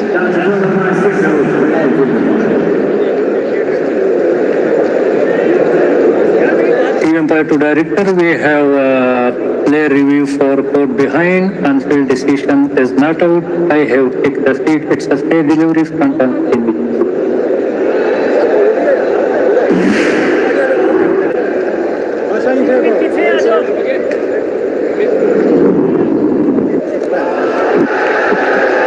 it's very close to the gloves. Can we confirm with Ultra H2 any gloves involved? Thank you. Go forward. Go forward. Go forward. Go forward. There is clear spike ball next to the gloves. Yes, it is fired. Please go back on speed umpire and by.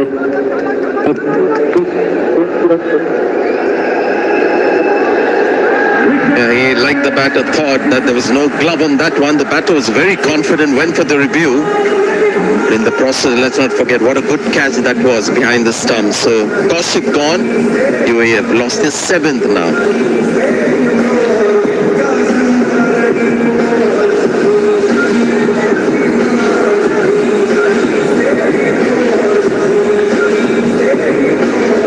So impressive with his left arm spinners today. Simranjeet Singh. Many years back in India, we had a left arm spinner called Rajinder Singh Hans. Very much similar in the way he looks and the way he bowled as well. He had a very long run up. Rajinder Singh Hans may have played 1 or 2 test matches for India. Watching Simranjeet Singh, his appearance as well, very like Rajinder Singh Hans. Afridi's on fire now. Yep, the speed is up. So this will be a novel experience for Simranjeet. The Shah Afridi, I know the match is now in the grasp of Pakistan, but he has a point to prove. He's got his 2nd wicket. Yeah, off the glove. Excellent take by Mohammad Haris behind the stumps. Pakistan contingent knew right away. Shaheen Shah Afridi was very confident, didn't even look back until he realized the umpire hadn't raised his finger. Review going in the favor of the green. This is nice to see. This is really lovely to see a top-class bowler showing us the full array of his fast bowling. We've seen a full-length delivery, a length delivery, now a bouncer. And hence the player in the spotlight. Well, the spotlight was surely on him with those 29 blistering runs he got. I think that is the point of difference. Pakistan were really struggling and maybe would have not gotten the total had he not batted the way he did. And the last game against India, he had played a similar cameo, but in 2 overs he conceded about 23 runs. Today, he's backed that batting performance with some good bowling as well. 29 of 14. He's always had this natural sort of hitting talent.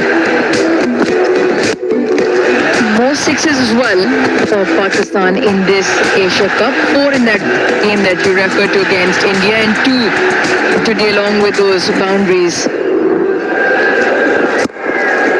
A good shot. Made room and he's got to get 4 runs for it. Brave shot from Haider. Saw him earlier bowl some left-arm spinners. The good cricketer. And it's the end of the over. 103 for 7.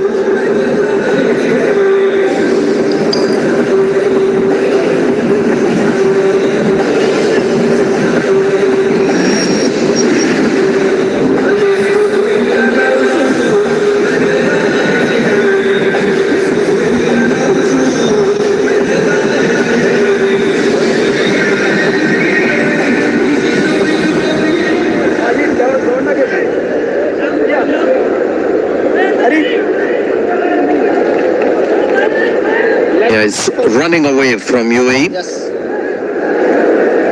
They had to win this match to stay alive in the tournament, but I think that is increasingly becoming difficult. Required rate now 14.67.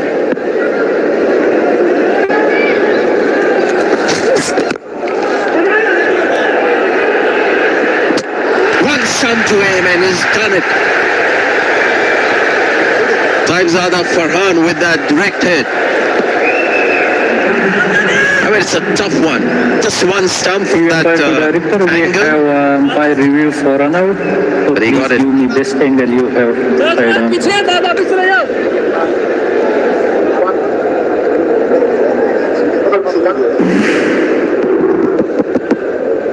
Yeah, go forward.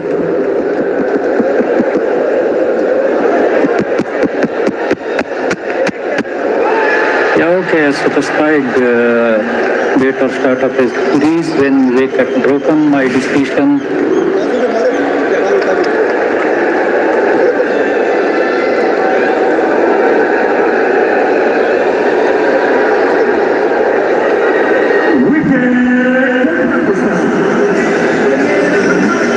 The umpire erring on the side of caution when upstairs just to be sure Simranjit Singh's innings comes to an end. UAE 103 for 8 now.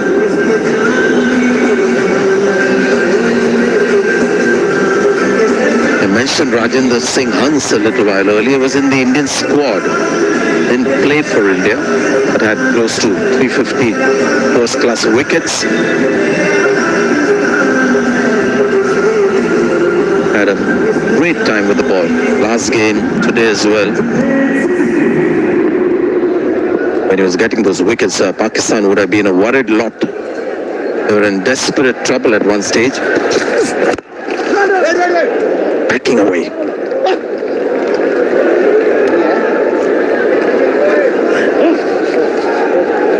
Imagine it, Siddiqui, back-to-back 4-wicket hauls. Good win against Oman, but UAE just stumbling, not being able to win the key moments. There's always going to be a tall ask once they lost their most experienced campaigners in Wasim and Sharafu, especially the opening stand. A little bit of resistance from Chopra, mounting, and the Pakistan bowlers bowling really good lines, difficult. Slow ball, this has gone up, fielder under it. And takes it comfortably. Another one bites the dust. And it's the same fielder again. After a directed run out, he's taken a safe catch. Saibzada Farhan. And UAE have lost their 9. That last ball, 127 kilometers per hour from Haris Rauf. And Pakistan wrapping things up very nicely towards his back end.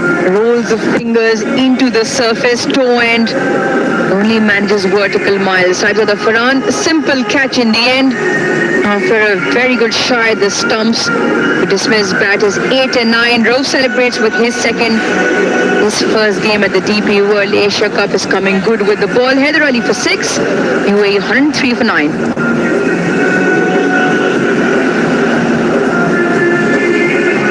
It's not the first time when you look at history of Pakistan cricket where the bowlers have bailed the batters out.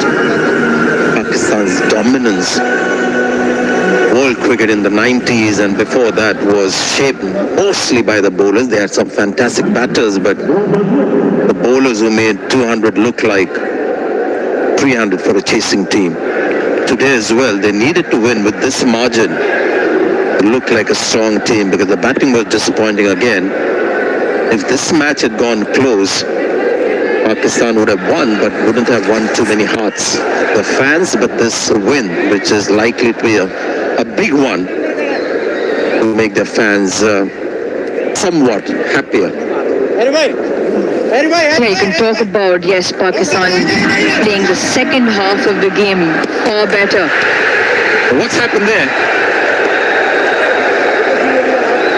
Well, the umpires are okay with that event that just happened. No dead ball. I think it was Rohit who was very keen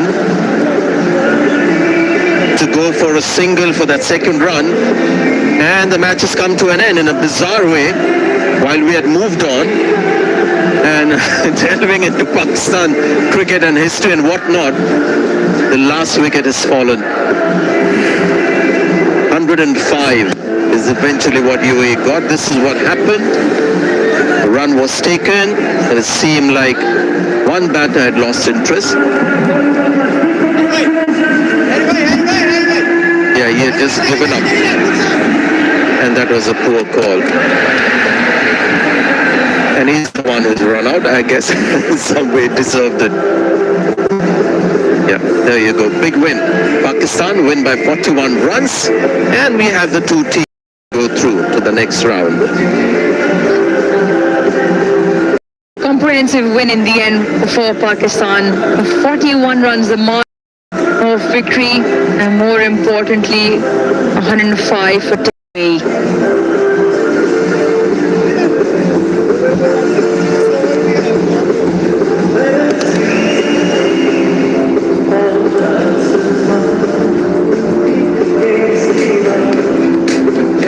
And the green contingent will be very happy. Salman Ali Agha with his troops, in particular the second half of the game played to absolute perfection. They will probably want to make amends in that batting line come the Super 4 stage, because those are the two teams that qualify from Group A. Pakistan winning this contest by 41 runs, which means it's the second team from Group A behind India to go through.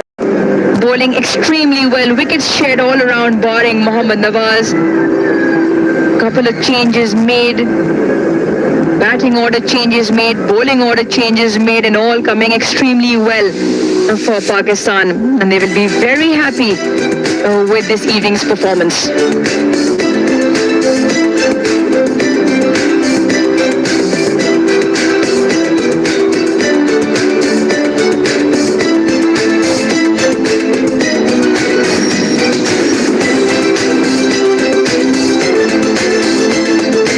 Pakistan versus UAE, both teams playing their final game in the group stage. UAE required 147 to win. They were bundled out for 105 in 17.4 overs. A little bit of resistance in that middle order between Rahul Chopra and Dhruv Parashar, who put together a good partnership. And the top scorer from UAE, Chopra, with 35 of 35. Nothing else to write home about. Wickets shared all around, barring Nawaz. Afridi with 2 up front. Haris Rose makes his first appearance, picks up to Abrar with 2 and extremely economical. Just 13 runs in his spell. Saim Ayub once again amongst the wickets, along with his captain with 1 apiece. Which means UAE winning the toss, putting Pakistan into bat. Pakistan manager 146 for 9, 50 for Fakhar Zaman, 29. Good flurry towards the back end from Shaheen. Vinay Siddiqui once again in amongst the wickets, 4. Simranjeet Singh with 3 wickets. UAE in reply bundled out for 105 in 17.4 overs. That's what Group A looks like at the DP World Asia Cup. India and Pakistan at 4 points apiece. UAE with 2, Oman yet to get off the mark in that sense. Remember, top 2 teams will qualify, which will be India and Pakistan. Fantastic days of cricket, and in the end Salman Ali Agha and the Pakistan team can afford to smile, because they have registered a win over the UAE by 41 runs. We'll take a short break. When we come back, we'll hear from the captains.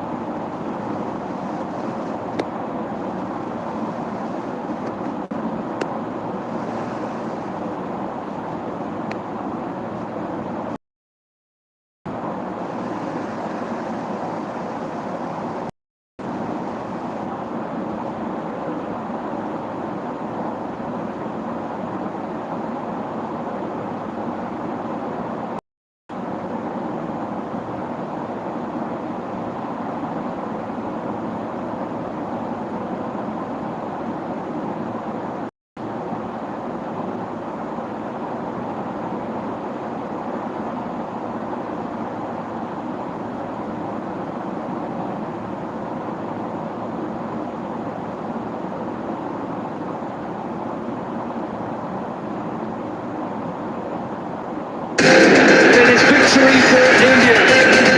It's been a terrific chase. These performances here stand out. Congratulations to Sri Lanka. Thoroughly deserving champions.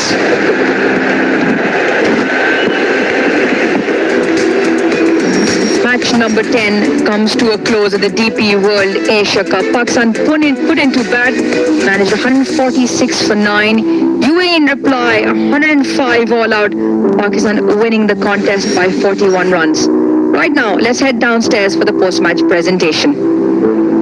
Welcome to the post-match presentation of the DP World Asia Cup, match number 10, 2025, match between Pakistan and the UAE. At the halfway mark, we thought it was going to be a very interesting game. It was pretty tight. Pakistan not scoring as many runs as they would like. And in the end, they got up and they'll be quite happy with their performance because they stay alive after winning this game by 41 runs. So congratulations to Pakistan. The Asian Cricket Council would like to thank the broadcaster, Sony Sports Network, and all the sponsors, DP World, Wonder Cement, Hero Motor Corp, Beyond Developments, Spinny, Vimal Ilachi, Ozone Locks, Hire, Hero FinCorp, Grow and Havels, and also all the other government organisations and authorities and all those who are involved in the smooth conduct of this match. Now I've got a presentation party alongside me. I'd like to introduce Mr. Zaid Abbas, board member of the Emirates Cricket Board, Mr. Saban Ahmed, Chief Operating Officer, Emirates Cricket Board, and Mr. Mayank Saini, Channel Partner,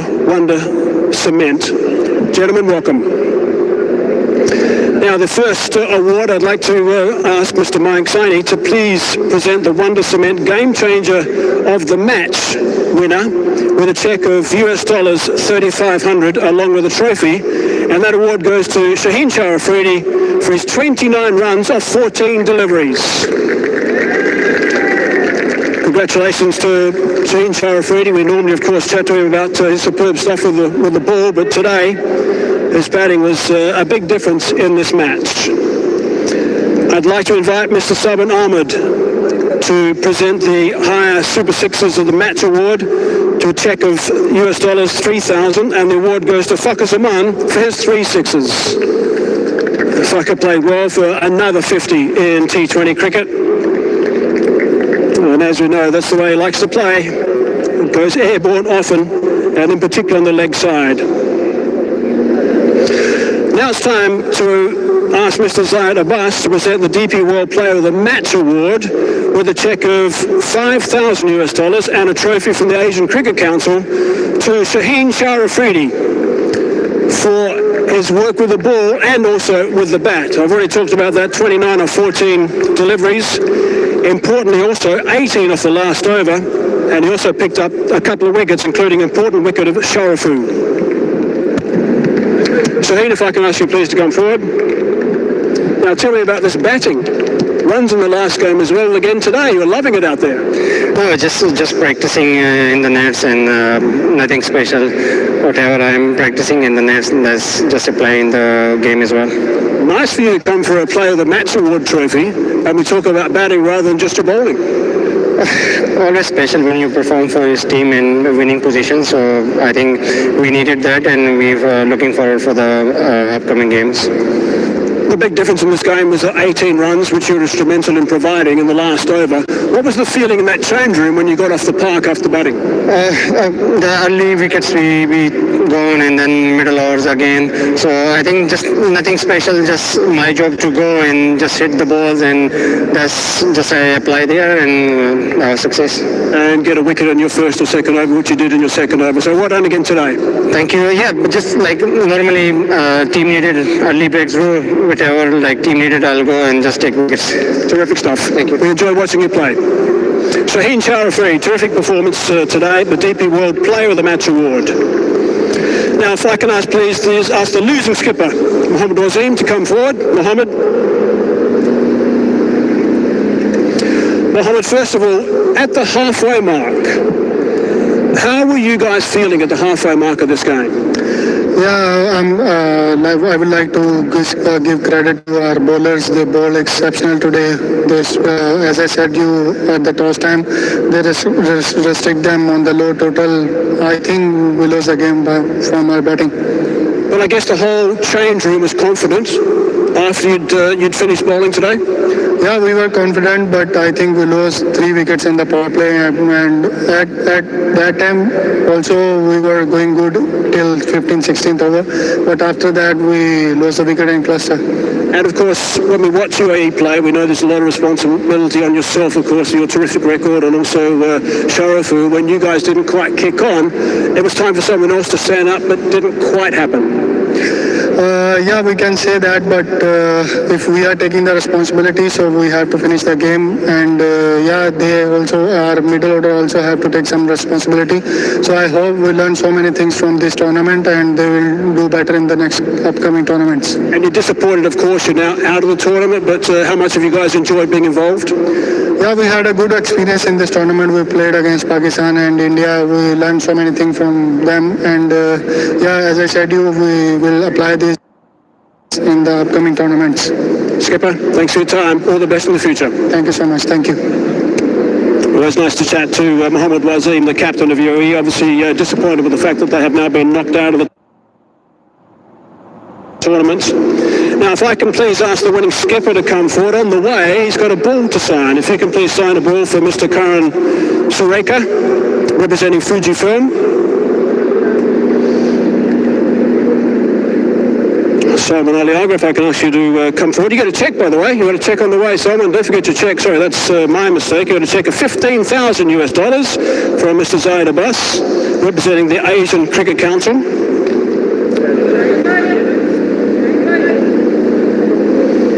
Well, Skipper, you've done what's important, but how are you feeling about the victory? I think we did the job done, but we still need to bat better in the middle over. I think that's what is concerning from us for a few games now. We need to look at that. Apart from that, I think bowler did a really good job. And I guess if you look at the positive side of that, that means there's improvement to be made, so the teams haven't seen the best of Pakistan yet. Yeah, of course, like we haven't batted over West yet, but we're still finding a way to score 150, around 150. And I'm just saying, like if we batted well in middle over, we probably would ended up scoring 170, 180, no matter which team against we are playing. So yeah, the middle overs, if we batted well there, I think we will be very good. And Afridi was the big difference today with the bat. He's a match winner, and he shows his like he's a match winner when it's come to.